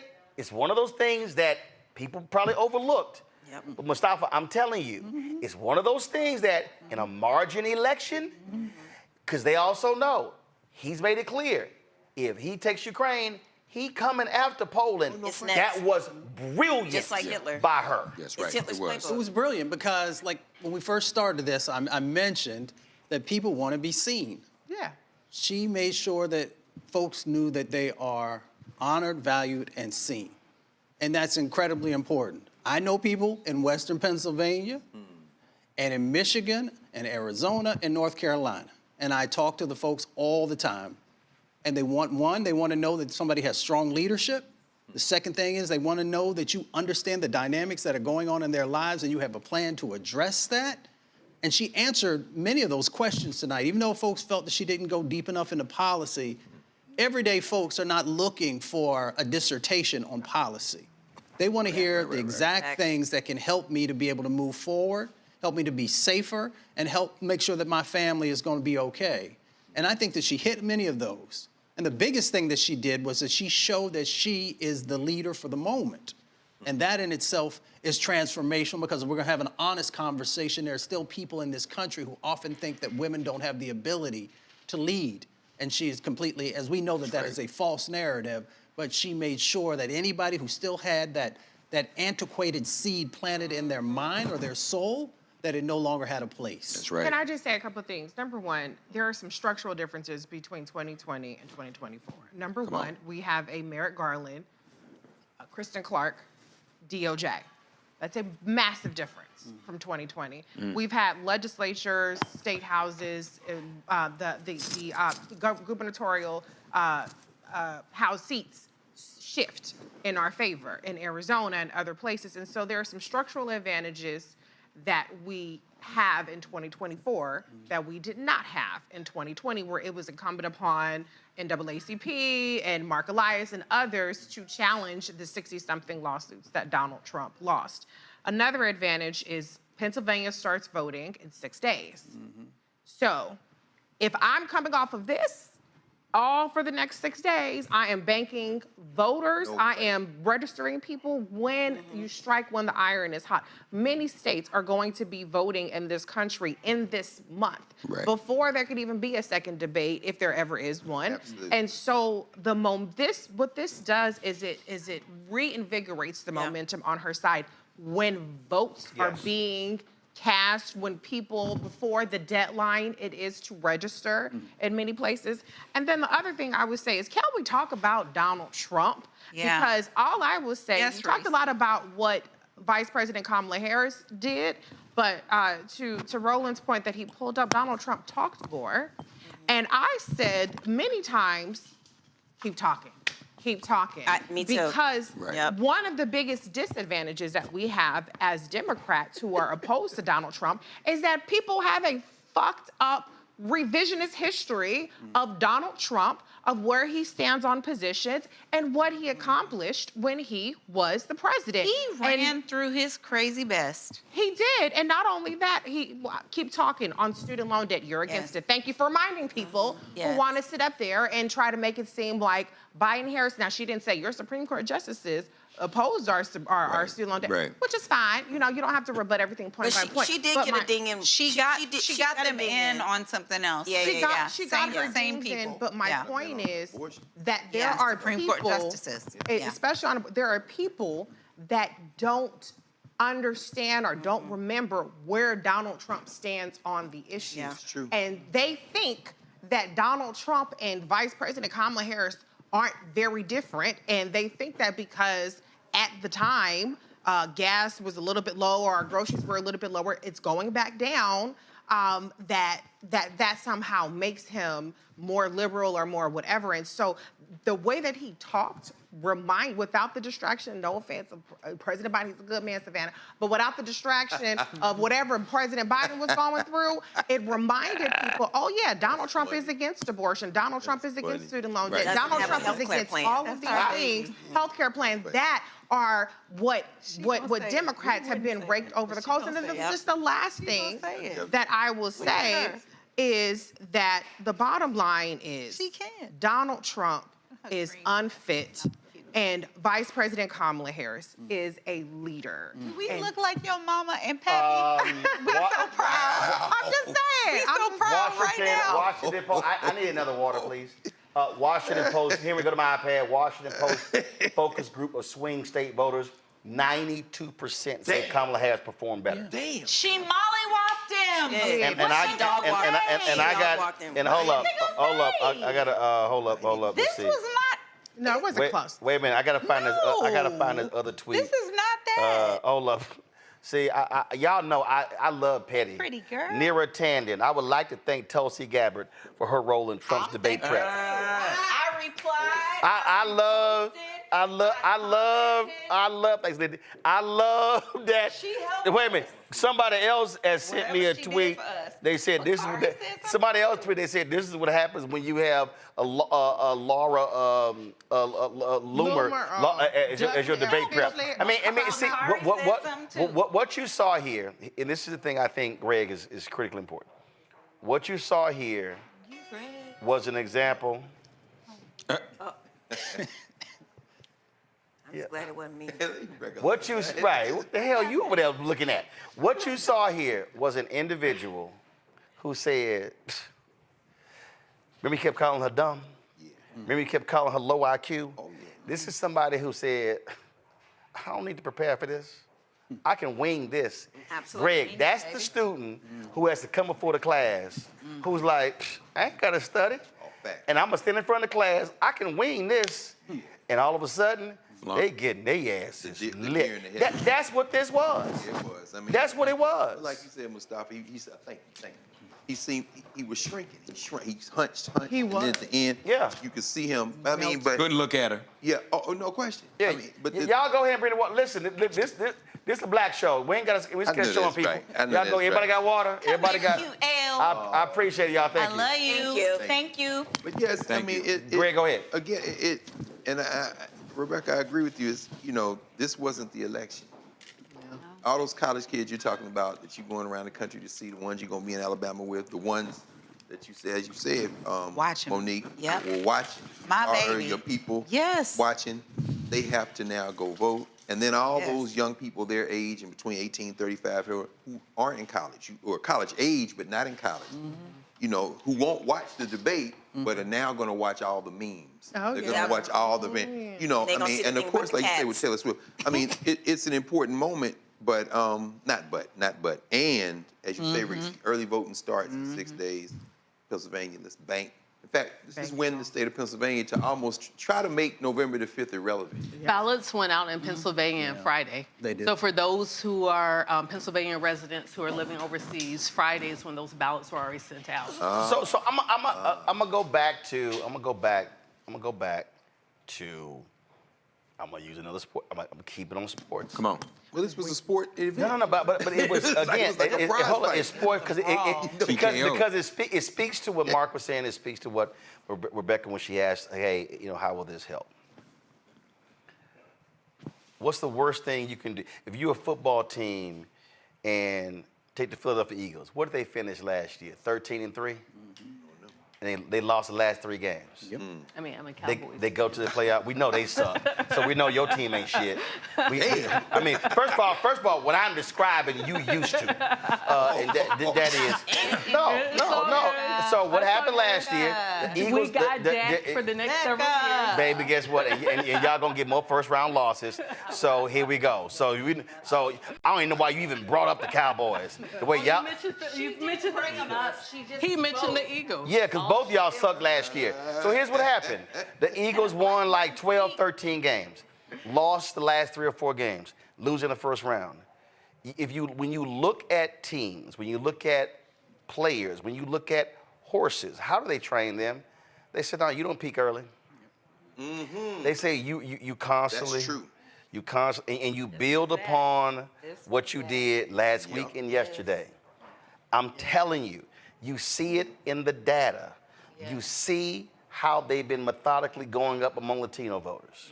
You see how they've been going up among black voters. You see what has been happening with white female voters. You see what is happening when all of a sudden enthusiasm in places like Florida. You see how a poll came out, WRAL, Josh Stein is up 14 points against Mark Robinson in North Carolina. Oh, interesting. You're seeing the poll that came out in Virginia. Really? She's up 8. Larry Sabato posted. She's up 8 points in Virginia. Tim Kaine is up 12 points in Virginia. Right. What I'm telling you, what you're seeing as each day goes by, you're seeing more people go, "That's Kamala Harris." Yeah. Because all they've heard is this woman don't know shit. She don't know nothing. Where she been? And I'm telling you right now, I guarantee you, because I got to remind everybody, go back to 2019, the 2 most viewed town halls on networks was on MSNBC and CNN, and they both involved Kamala Harris. They were the highest watched town hall. Because she mollywop people like Bill Barr. No, I'm talking about the town hall. The town hall. But follow me here. This debate. No, I'm saying before that. You're going to make your point here. Here's the deal. When the numbers come out tomorrow, I will predict that this will be in the top 3 most viewed debates in the last 20 years. Yeah. So the number of people who were not paying attention, who didn't even watch the June 27th debate, that is what's going to be the game changer, and I believe in the next edition. Hold on, Nola, I'm going to go to you, but Nola first. In one of my buku long threads that I've written about VP, especially around foreign policy, and one of the things that I like to reshare over and over is how she took Bill Barr to task. When Kamala Harris was a senator, when she was taking people to task every other week in Senate hearings, and it was going viral all the time, then all of a sudden she wants to become president, then all of a sudden she becomes stupid. She becomes ineffective, right? But she was the same person who had Bill Barr stucketh. And the person who was nicknamed back when she was Attorney General, even before then, the female Barack Obama. That's what she I'm was saying. A phenomenon. So exactly. She's living that. But also remember, Karl Rove said, "We got to take her out." Yeah, he sure did. He sure did. Remember, exactly what he said. Remember, so there was a conversation earlier when Roland was talking to CBC about the work that they did behind the scenes.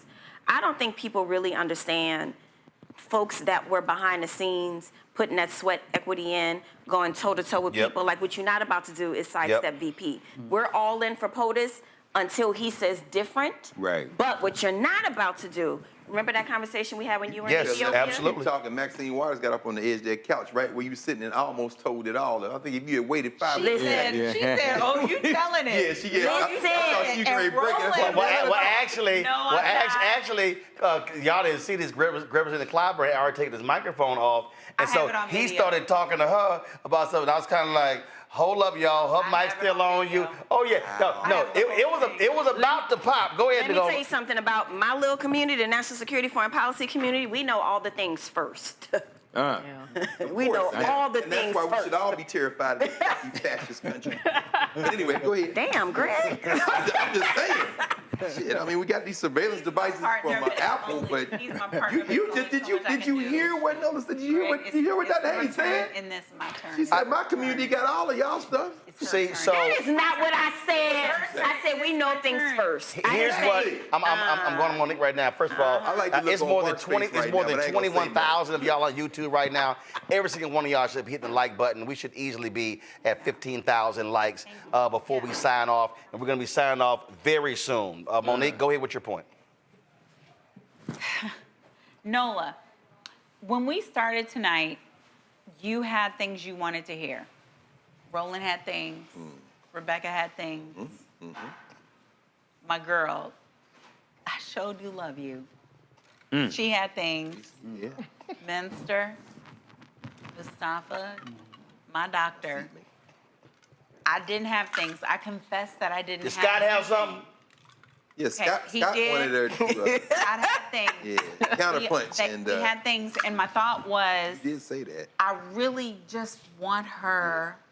I just want to thank you for letting me All right, Sly. be myself again.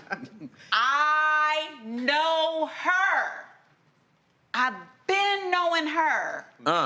You don't get there. Come on. Cry. Come on. True, come But on. there's It's just facts. no way you don't get there without being able to do what she did tonight. Glory.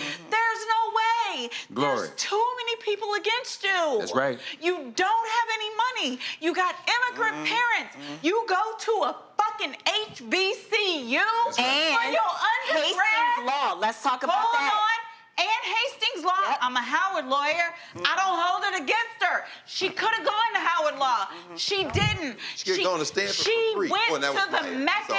sorry. Mecca. She pledged. Let me stop. She did all the shit.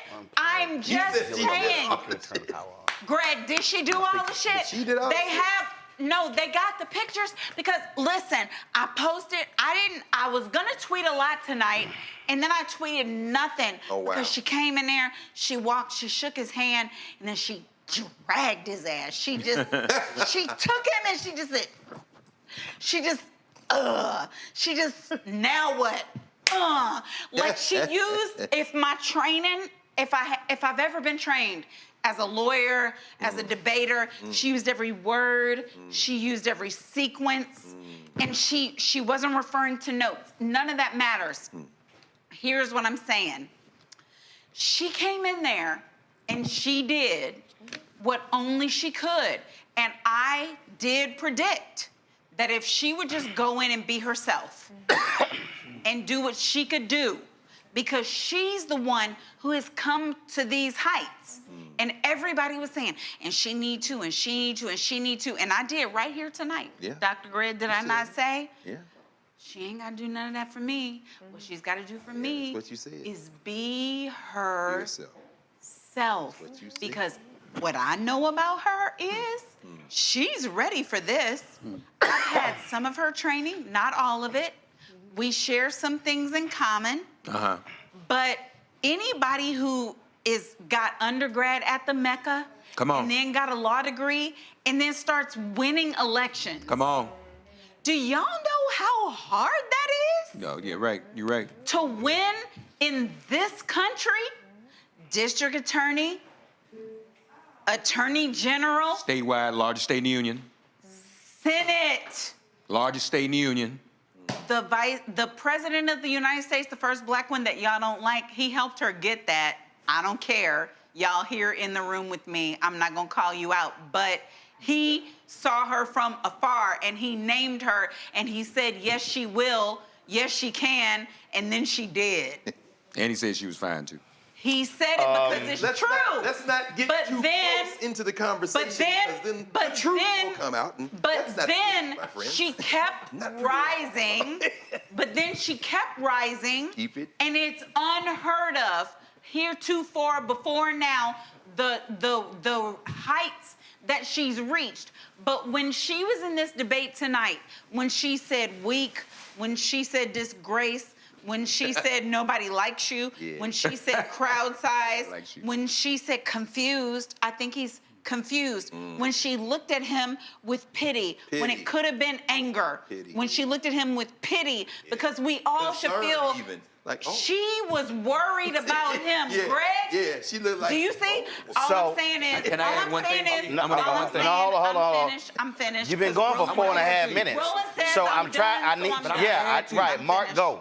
Look, and to add to it, Greg. Yes. In this fascist system that we live in, that we know we're struggling against. That's what I'm saying. What is also important about her is that we put her there. They didn't want her to be the vice president. They never wanted her. She comes from us. We said, no, that's going to be the vice president. They didn't want her to be the president. Black women. Black women united. Black women. Black women and 1,500 black men in 2020. Thank you, They said she's too ambitious. We signed a letter. What's wrong with that? No, but I'm saying this. No, I'm saying right. What's wrong with that? Well, that's what took her off. So you can't in the workplace. You put a woman down for being and call her ambitious. That's sexist. That's discrimination suit. You got to put her in. So she genuinely comes from us, and that's that's not somebody who was given to us. No. That's not somebody that the white man picked to say this is going to be your leader. Organically, we said we want her and force them against their will. I'm gonna tell you something in the background, stuff that was going on in the background. I don't think that's. I think once we get past the election and she wins, then we can go. Because never forget, who was her campaign manager? I don't know, but what her he's sister, saying right? is true. Her sister's husband is the one that the big lawyer for Tony West. He's the campaign co-chair. I wouldn't even know that. There's a neoliberal dimension to this, but it's no need to talk about it tonight. You got to get over the finish. Hold on. Wait.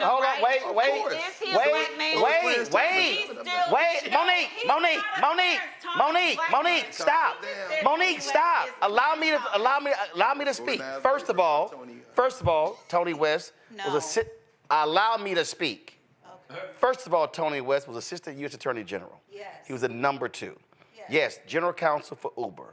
And Maya was the campaign manager 2019, 2020. Right. Yes. But over the last 3 years, the person who has literally been traveling the country with her, who has been on Air Force One with her, is Tony West. Right. Yes. Tony has taken a lead from Uber, and he literally is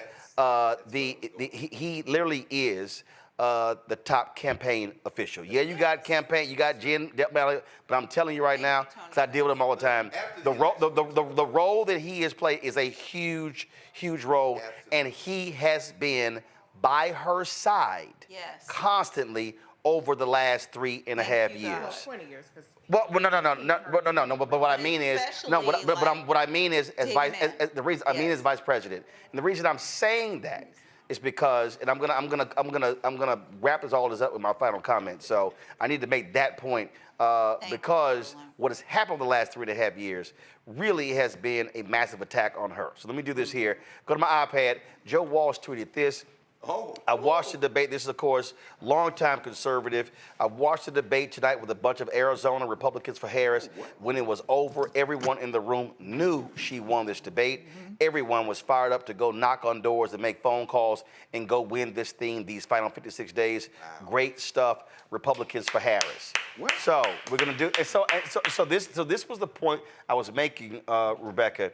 The benefit of a devastating win is that it emboldens your team. Yeah. And I just think when you see the numbers in multiple categories of the next 72 hours, you're going to see the fruits of the labor, what happened tonight. Final comments from everyone here. I'll start with Mark. Well, I agree. She won. This is going to galvanize the base even more people, and more than the base, those who are kind of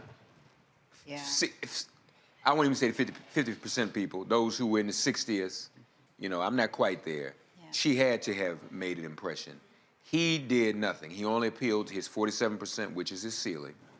His strategy, Greg and Mustafa, is to hope that our side doesn't turn out. That's all they can work with. That's all they got. But when you have Taylor Swift and Caitlin Clark and people doing that, it's a wrap. There's evidence she has Michigan and Wisconsin. All right. If that is true, if that's true. She doesn't. So first of all, we're not even going to articulate that. No. First of all, she has no place because voting hasn't taken. So forget any poll. She does not have Michigan. She does not have Pennsylvania. No, the no vote's been taken. We will not know that until November 5th. But go ahead. Okay, well. I can't abide by any poll. Because if that was a poll, Hillary Clinton would have been president. Go ahead. I think she's still a little different from Hillary. But anyway, forget the poll. November 5th, if she wins Michigan and Wisconsin. You know y'all mic still on. We can hear y'all talking the whole damn time. The audience literally can hear every damn thing y'all saying. Me, I'll be quiet. So Monique, Monique, do me a favor, shut the fuck up so Mark can talk. Because y'all over here just wait your time. Damn. You start eating that cupcake. Well, damn, they can bring her ass a cupcake. Mark finish. Mark finish. No, you good. Lord have mercy. Bring it's coming. Y'all act like y'all mics are off. Mark, go ahead. Polls notwithstanding. Let's put the polls aside. If she can pull off Michigan, pull off Wisconsin, no question, then the math would say we got to look at North Carolina, Arizona, Georgia, and I don't know. I ain't got people voting for Stein and voting for Trump in North Carolina. I just don't. I don't see that. No. I also don't necessarily see abortion being on the ballot constitutionally in Arizona and voting for Trump. I think that's a stretch. Okay. Florida always breaks our hearts, but it's on the ballot. That's on the ballot too. It is on the ballot. So, y'all, I think we're in good shape. Noah? From a foreign policy perspective, from a national security perspective, what I saw tonight was a very strong commander-in-chief, where the troops could rally around, who they could say, you know, proudly, this is my commander-in-chief. The fact that admirals and generals recently released that letter supporting her, I think that that's very important. That's nothing to dismiss at all, because a big part of her job will be commanding troops. That's right. Most of her job, most of the American public has no idea about. Most of the American public has no idea what happens in a situation room. Most of the American public has no idea the types of decisions that she has to make. Most of the American public doesn't understand the types of laws that are behind our arms transfers, behind a lot of our treaties and agreements. These are the tough decisions that she has to make at 3 a.m., and she's ready to make those decisions. Amen. Tonight, I think, you know, the Putins of the world, the Xis of the world, who tries to do this kind of shuffle game, the fact that Trump leans into Viktor Orban as an example, as some sort of leader, as some sort of exemplar, I think that says a lot about where his head is, and it says a lot about the type of people who support him. He didn't say anything about our allies and our partners. He didn't say anything about that. Never. You know, he didn't say anything about what will happen with the 57 countries that came together in support of the Ukraine Defense Coalition that was brought together by VP POTUS and also by SecDef. He didn't say anything like that because those countries don't want to work with him. They do not respect him, right? Now, what I am looking forward to, Greg, to your point, you know, I know that my community, it doesn't get a lot of respect, especially from the Black community, because a lot of the history and what's happened. Right. And I can sit here as a daughter of veterans, as a very proud Black person, coming from a very proud Black city, born and raised in Black excellence. I'm not here to function inside of a fascist government. And I know that a lot of people in my community that look like me, we're not trying to do that. So what's important to us is for VP to understand this kind of new vision. this kind of new vision of national security and foreign policy where we actually stand by our norms and values. And she said that at least 6 times tonight, at least 6 times, that those norms and values that we lead with human rights first, right? And I know that there are some people, some older heads in the community that may not think that that's advantageous to us, especially when we're competing with China and Russia who don't care about values, who don't care about human rights. But it's important that in a President Kamala Harris administration that we lead with that first. I'm not here to be part of fascism. In fact, I see my life as fighting in opposition to that. Yeah. That's why I think Donald Trump is the largest national security threat, and I said that in all of my media hits today, and I will continue to say that because he's a threat to democracy. Amen. So what I saw tonight is a woman who's going to stand up to Putin. What I saw tonight is a woman who's going to stand up to the Orbans of the world. What I saw tonight is a woman who's saying, you know what, that's not how I envision the future for the United States of America, the promise of the world. Yeah. What's that? She leaned into that. The United States of America is the promise of the world? It has been a promise of the world. We haven't reached it. My God. We have not reached it. We have not reached it. I'm just saying, that's... But what I am saying, and I'm not sitting here trying to waste my time or my life not believing in that. Wrap it up. I got you. I know that I hear you. Okay, I hear you. Yeah, but we got to go home. Yes, we do. Hell no. I'm sorry, I did that. Y'all, come on, 30 seconds. Go. I'm put everybody on the clock. I saw a woman who cares about humans first. She cares about diplomacy first, and that's the woman that I want to support as the President of the United States. And she made All right, us proud. I saw this tweet. Mark, you already had your final comment, damn it.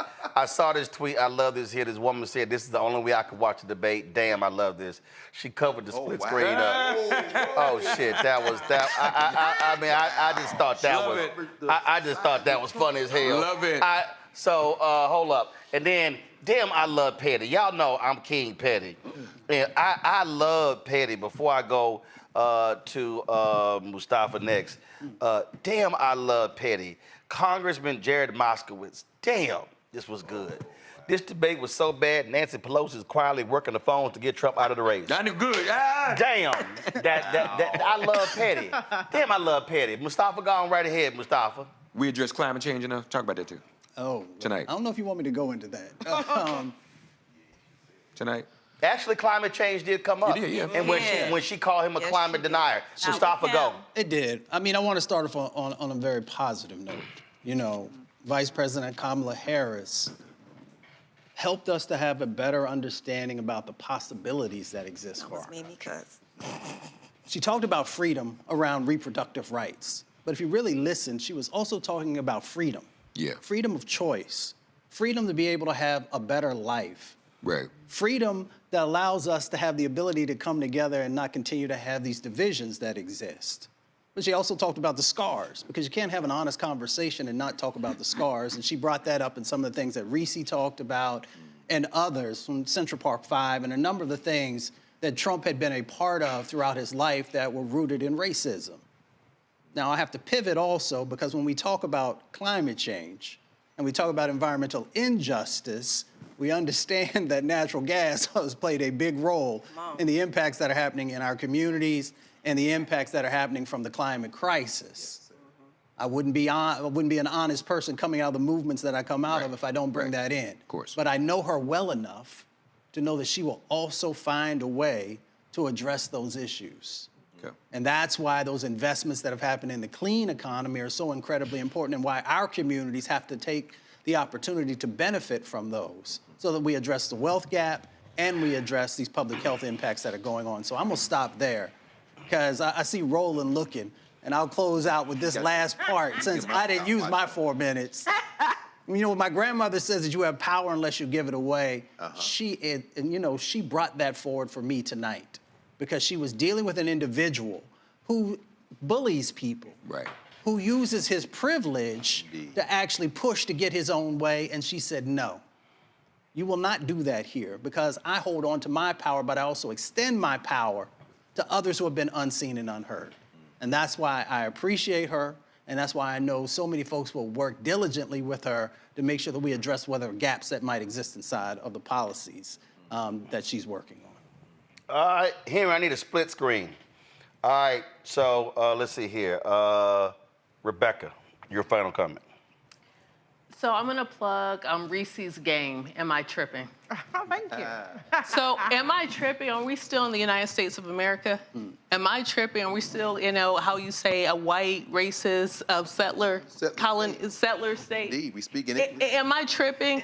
We always have black people who are competent in this country and who are the best in their respective fields, and they don't always get the job. So am I tripping? And the reason why I'm asking that question is this campaign has to run like they're 10 points down. Right. The reason why they have to run like they're 10 points down, North Carolina now says, oh, during the early voting period, you could do same-day registration. But there's a catch. Here's the catch. The state's going to then send you a postcard. You have to follow the directions on the postcard, but if you don't, then your ballot that you already turned in during early voting will not count. So there's all these little trips and things that are going to catch people up and voters going, preparing to vote over the next 56 days. There are a lot of people who are registered to vote, who were registered to vote a month ago, but now they're being kicked off the rolls still. That is still what's going on. My organization is currently doing a lawsuit in Arizona over the Show Your Papers law, right? So there are some people now who are registering to vote in Arizona, but if they don't have a photocopy of certain documents as they're turning in their voter registration, they'll get a federal ballot, but they won't get a state ballot, right? And there's a lot of state races there's a lot of competitive state races that are going on in Arizona. So am I tripping? I know we're so excited about tonight's performance. I know we're feeling the emotion and the euphoria, but am I tripping? Are we not still in the United States of America, which will routinely screw over black people in this country, routinely kill black people in this country? That's what's happening every single day in this country. So if this campaign does not run like it's 10 points behind, this campaign will lose. And I hear what everyone is saying, but am I tripping? But is this still the United States of America? All right. Reese. I mean, no, you're not tripping. It's still the United States of America. However, thank you for the plug at mytripplegame.com, honey. However, tonight is not about the campaign. Tonight is about Kamala Devi Harris. The campaign can't save your ass on that stage. The campaign has been running as flawlessly as anybody could imagine, with the memes, with the voter registrations, with the money raised, all that kind of stuff. But when you on the stage, the buck stops with you. Yeah. We can handle the other shit. We've been handling it. All that shit has been there, and we've won. All of the systemic and the racist barriers against black women have been there. Angela Alsterbrooks is our Senate candidate, and not David Jigaboo Slur saying Tron. Karen Bass is the mayor of Los Angeles, not Rick $100 million lit on motherfucking fire Caruso. And so all of the things about America that have made tonight improbable, we're still here. And now that we're here, Kamala Harris has delivered, and not just a way that knocked Trump the fuck out, but in a way that established her credibility with the people who, I want to know more about her. I don't know, she's just been vice president for the past 3.5 years, but I ain't seen her since we did it, Joe. Tonight established her credibility, and she dealt a very strong blow against Donald Trump's credibility, against the misconceptions about his record and how fucking fabulous people seem to believe it was because they got a couple stimmies. And so now she can go forward with the credibility that she needs to talk to people who don't know her, but now know her a little bit more, and now see her as a competent person, as a commander-in-chief, as a person who is compassionate, who sees them, and as a person who cares about their issues and making their lives better, to which Donald Trump did not have an answer for. And so we could talk about the campaign, we could talk about strategy. We've done all the pre-debate analysis. We're now the post-debate conversation will carry. But what I'm happy about is that she delivered. And now we don't have to spin. We ain't got to say, well, this and well, that. And it doesn't matter how low the bar is for Trump. She has to run her race. And I'm confident with what I've seen tonight, not just as a person who supported her since forever, but as a person who was holding my breath. Shout out to you, Monique, because you said we got it. But I was holding my breath because I have seen her down and where I was pulling an all-nighter to try to rebut some shit. And so now I get to go home and I can sleep like a baby tonight. And so she delivered, and that's something that only she can do. And she's setting the narrative in a way that only this performance could have done for her. All right, Greg. Well, I'll say this very quickly as someone who has absolutely no commitment to the United States of America as anything other than the place I came out of my mother's womb. Donald Trump is an existential threat. Yes. What he's an existential threat to is becoming more and more apparent as every day passes, because you've got people who are our open enemies, Dick Cheney. You've got people who are our open enemies now endorsing her, meaning they think that she will continue to allow the United States to occupy the position it's occupied in the world. A multipolar world at this point. If they're endorsing her, that means they think she's safe. The money boys haven't jumped off completely. Where's Elon Musk on this? Peter Thiel's got his powder dry. They may abandon Trump now because Trump is not necessary for them to continue to make their money. That's why I mentioned Tony West. You know, ask organized labor at Lyft about him. She's okay. Now, on the other side, in a world that increasingly doesn't look to the United States of America, if they think she's safe, she's been in a better position after tonight than she's ever been in before to be president of the United States. But I agree with you, Rebecca. This is the United States of America. I'm not a nativist. I'm not a patriot. I don't give a fuck about the United States of America. After what it did to my ancestors, I'm the descendant of people who were captured, who are the descendants of people who weren't. And all nations come and go. So I'll end with this. The interesting thing to me about Kamala Harris is, the vice president, is that her background, her parents who met in a radical black study group out there in the Bay Area. Cedric Robinson was a member of that group. New York Times did a long article about it, very interesting. I think Trump tonight telegraphed some of the things they're gonna try to pull on her in the next couple of months because her father is alive. And Donald Harris, if he wasn't a Marxist economist, if you read his work, you say he's a Marxist adjacent, especially if he's writing about Jamaica. And I'm saying, why haven't they pulled him out? They are going to get desperate. But I think the money boys and some of these people who are our open enemies are now saying we're going to go with her. That bodes well for her. What I find my hope, I won't say hope. Hope's too strong a word. What I want to see is more of her being herself, as you say. Because we haven't seen Kamala Harris yet. We get hints of it. Well, no, I don't think so. Because, for example, the two-state solution is absurd. It's absurd on its face. Why? Because there will never be a two-state solution. That means Israel is an apartheid state. When she said Israelis and then Palestinians, what about the Palestinians who were born in Israel who are citizens who will never be able to vote? Jimmy Carter wrote that in the book Peace, Not Apartheid. My point is this, and as I end, my point is this. Kamala Harris, I don't think any of us have seen who Kamala Harris is. When she occupies the Oval Office, then we'll find out the possibilities and the limits of the presidency. Because if she strays out of the straitjacket they're beginning to fit her for right now, we really are going to have to back her. And that would be my hope, that she would stray out of that straitjacket. Because anytime these people start endorsing her, I'm looking like, why in the hell are you endorsing? Wow, you really are concerned about this. Existential threat called Donald Trump. But it ain't to democracy, it's to your business. So let me say this to close this out, actually, before I do that. Getting no closing? Oh, what the hell are you talking about? Your ass closed from 12:25 to 12:30. You went 5 minutes. He got the clock. You went 5 straight ass minutes. It wasn't my close. Shit, that was your opening and your close. You went 5 straight ass minutes. He said straight ass minutes. I'm like, what? Did you? Girl, you better get cussed out. Cuss me out because I had something else I wanted to say. You bring her a cupcake. Okay, hold up. Can you bring her a cupcake? No, hold up. Let me.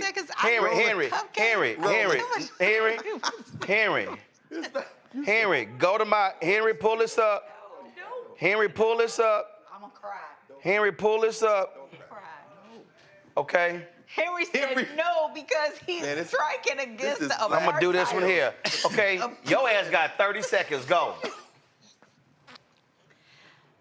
Tonight, we saw the promise of this country, and I am so thankful to do it amongst these people. I'm thankful to be able to watch with you, Dr. Greg, you, Reese, Nola, Rebecca, Minster. I wasn't liking what you said. You got 5 seconds. You're still coming on. Roland, she did us proud tonight. Okay. And I expect a tomorrow that aligns. I have 42 seconds. No, you're overtime. Come on. You got 10 seconds. Let's go. I feel a lot of pressure. Hell yes, 10 seconds, go. Thank you for coming. Roland has some important things to say Thank you very much. Yes, I do. Damn. I told you keep closing like a Baptist preacher. All right, y'all. What did I say about 30 minutes ago? I said, pay attention to the next 72 hours. Henry, hold on. Henry, go to my iPad.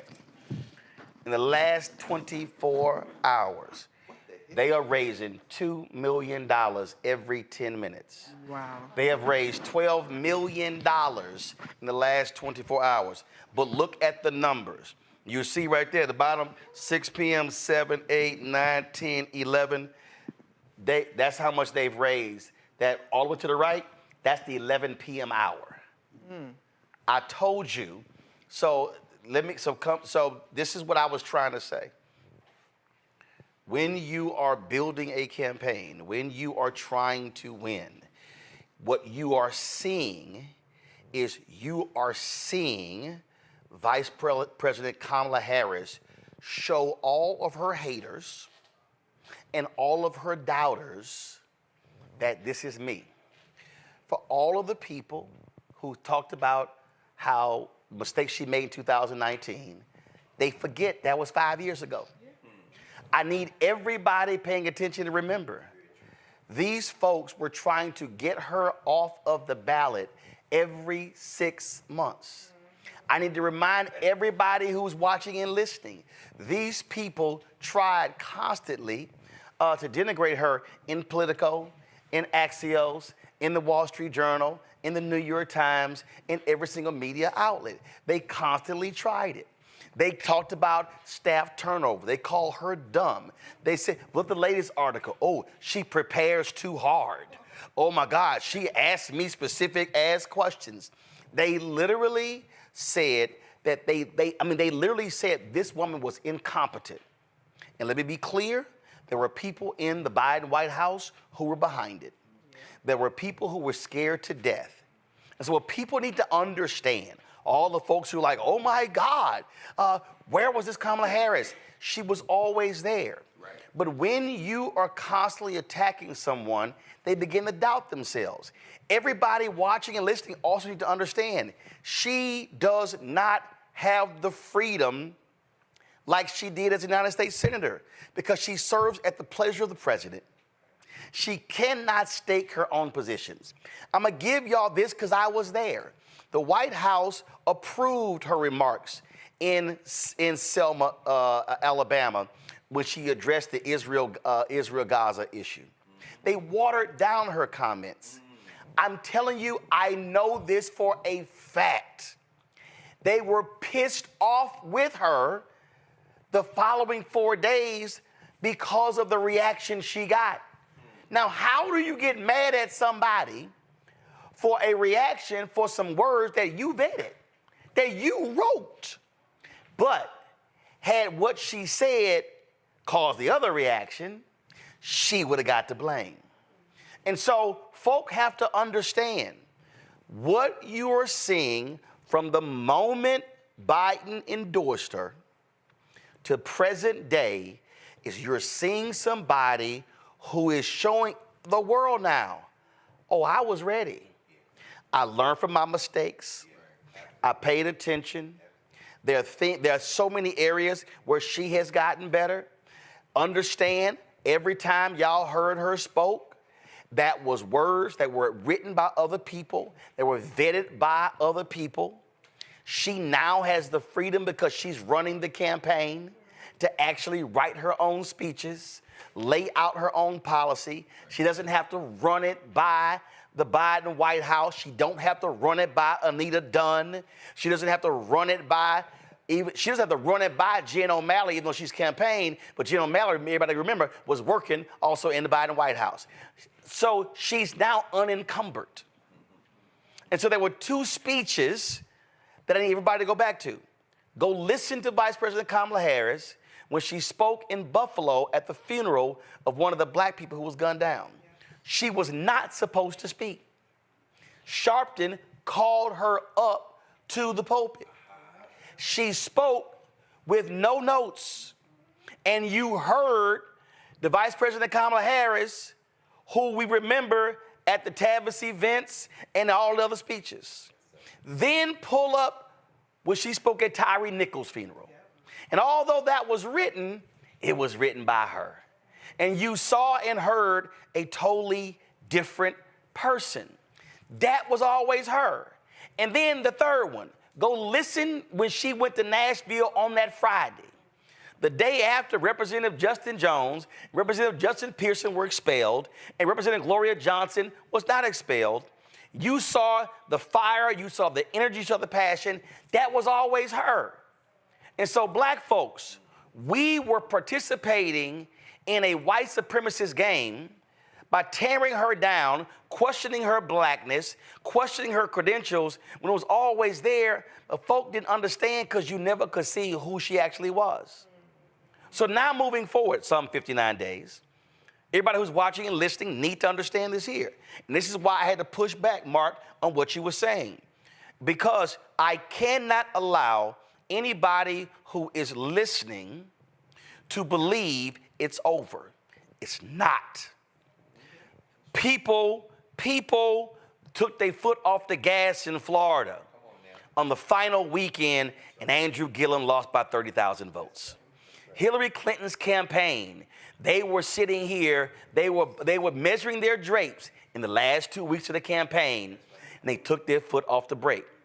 No, what we have to do is tell everybody, and if y'all can find that video, y'all remember the video where the dude starts celebrating, and his ass, and he taunted the brother next to him, and his ass tripped and fell down? That's the same thing's happening. We cannot say she's guaranteed to win any state. This is about running through the tape. This is about seeing the clock 0, 0, 0. So I don't care where you are, what is your job, check the registration date in your city, in your state. Check with everybody you know. Don't let their ass come to your house for dinner. That's right. Women, tell them you ain't getting none. Fellas, tell them you ain't giving up none unless your ass registered. Go to iwillvote.com to make sure you have not been removed from the voting rolls. And after you make sure, and then after the registration date is passed, then you find out, do you have early voting in your state? Yes, sir. And then you vote that first week of early voting. That's right. And then if your state doesn't have early voting, then you lock and load on your plan for election day. Yes, sir. She has not won. She won a debate. She has not won the election. If you went hard yesterday, go harder tomorrow. It's less than 60 days. And so we can all rejoice November 5th at 2 a.m., November 6th at 2 a.m. But we cannot play any games right now in assuming she's won anything. Can she win Michigan? Yes. Can she win Pennsylvania? Yes. Can she win Wisconsin? Yes. Can she win Georgia? Yes. Can she win North Carolina, Arizona, Georgia? Hell, they can actually win Florida. But it cannot happen if folks sit on their ass and assume this race is over. And so that's going to be our position moving forward. We want to thank everybody who's been with us. We hit as many as 24,000 watching live tonight. Amazing viewership. Want to thank all of our panelists. Want to thank all of the CBC members. Want to thank the staff, everybody. I told y'all, ain't nobody else in black-owned media doing anything like this tonight. And let me go ahead and name them because I don't care.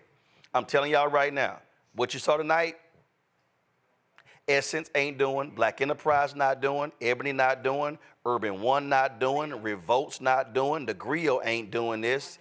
No, all them other people, they may have been on for an hour or two, but they ain't doing this. This is.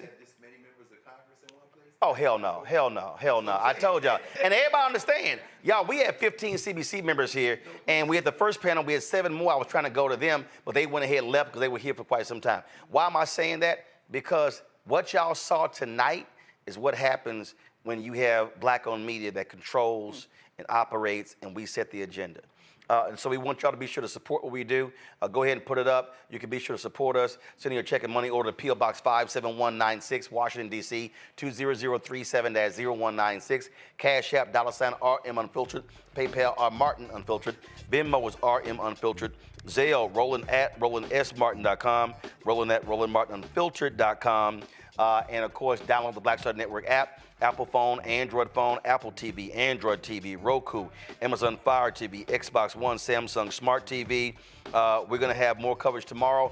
We're going to be talking to the sister who is from Florida, represents the 20th Congressional District. She's Haitian.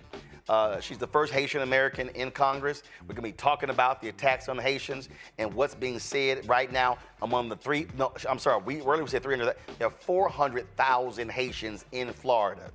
And so that's a perfect example. If the Haitians are mobilized in Florida after these attacks, they could win Florida. Y'all, it's all about the numbers. And so we got to understand exactly what those numbers are. And so, again, we appreciate everybody. And I'm always, again, just trying to tell our folk that, you know, we can't be lackadaisical about what is going on.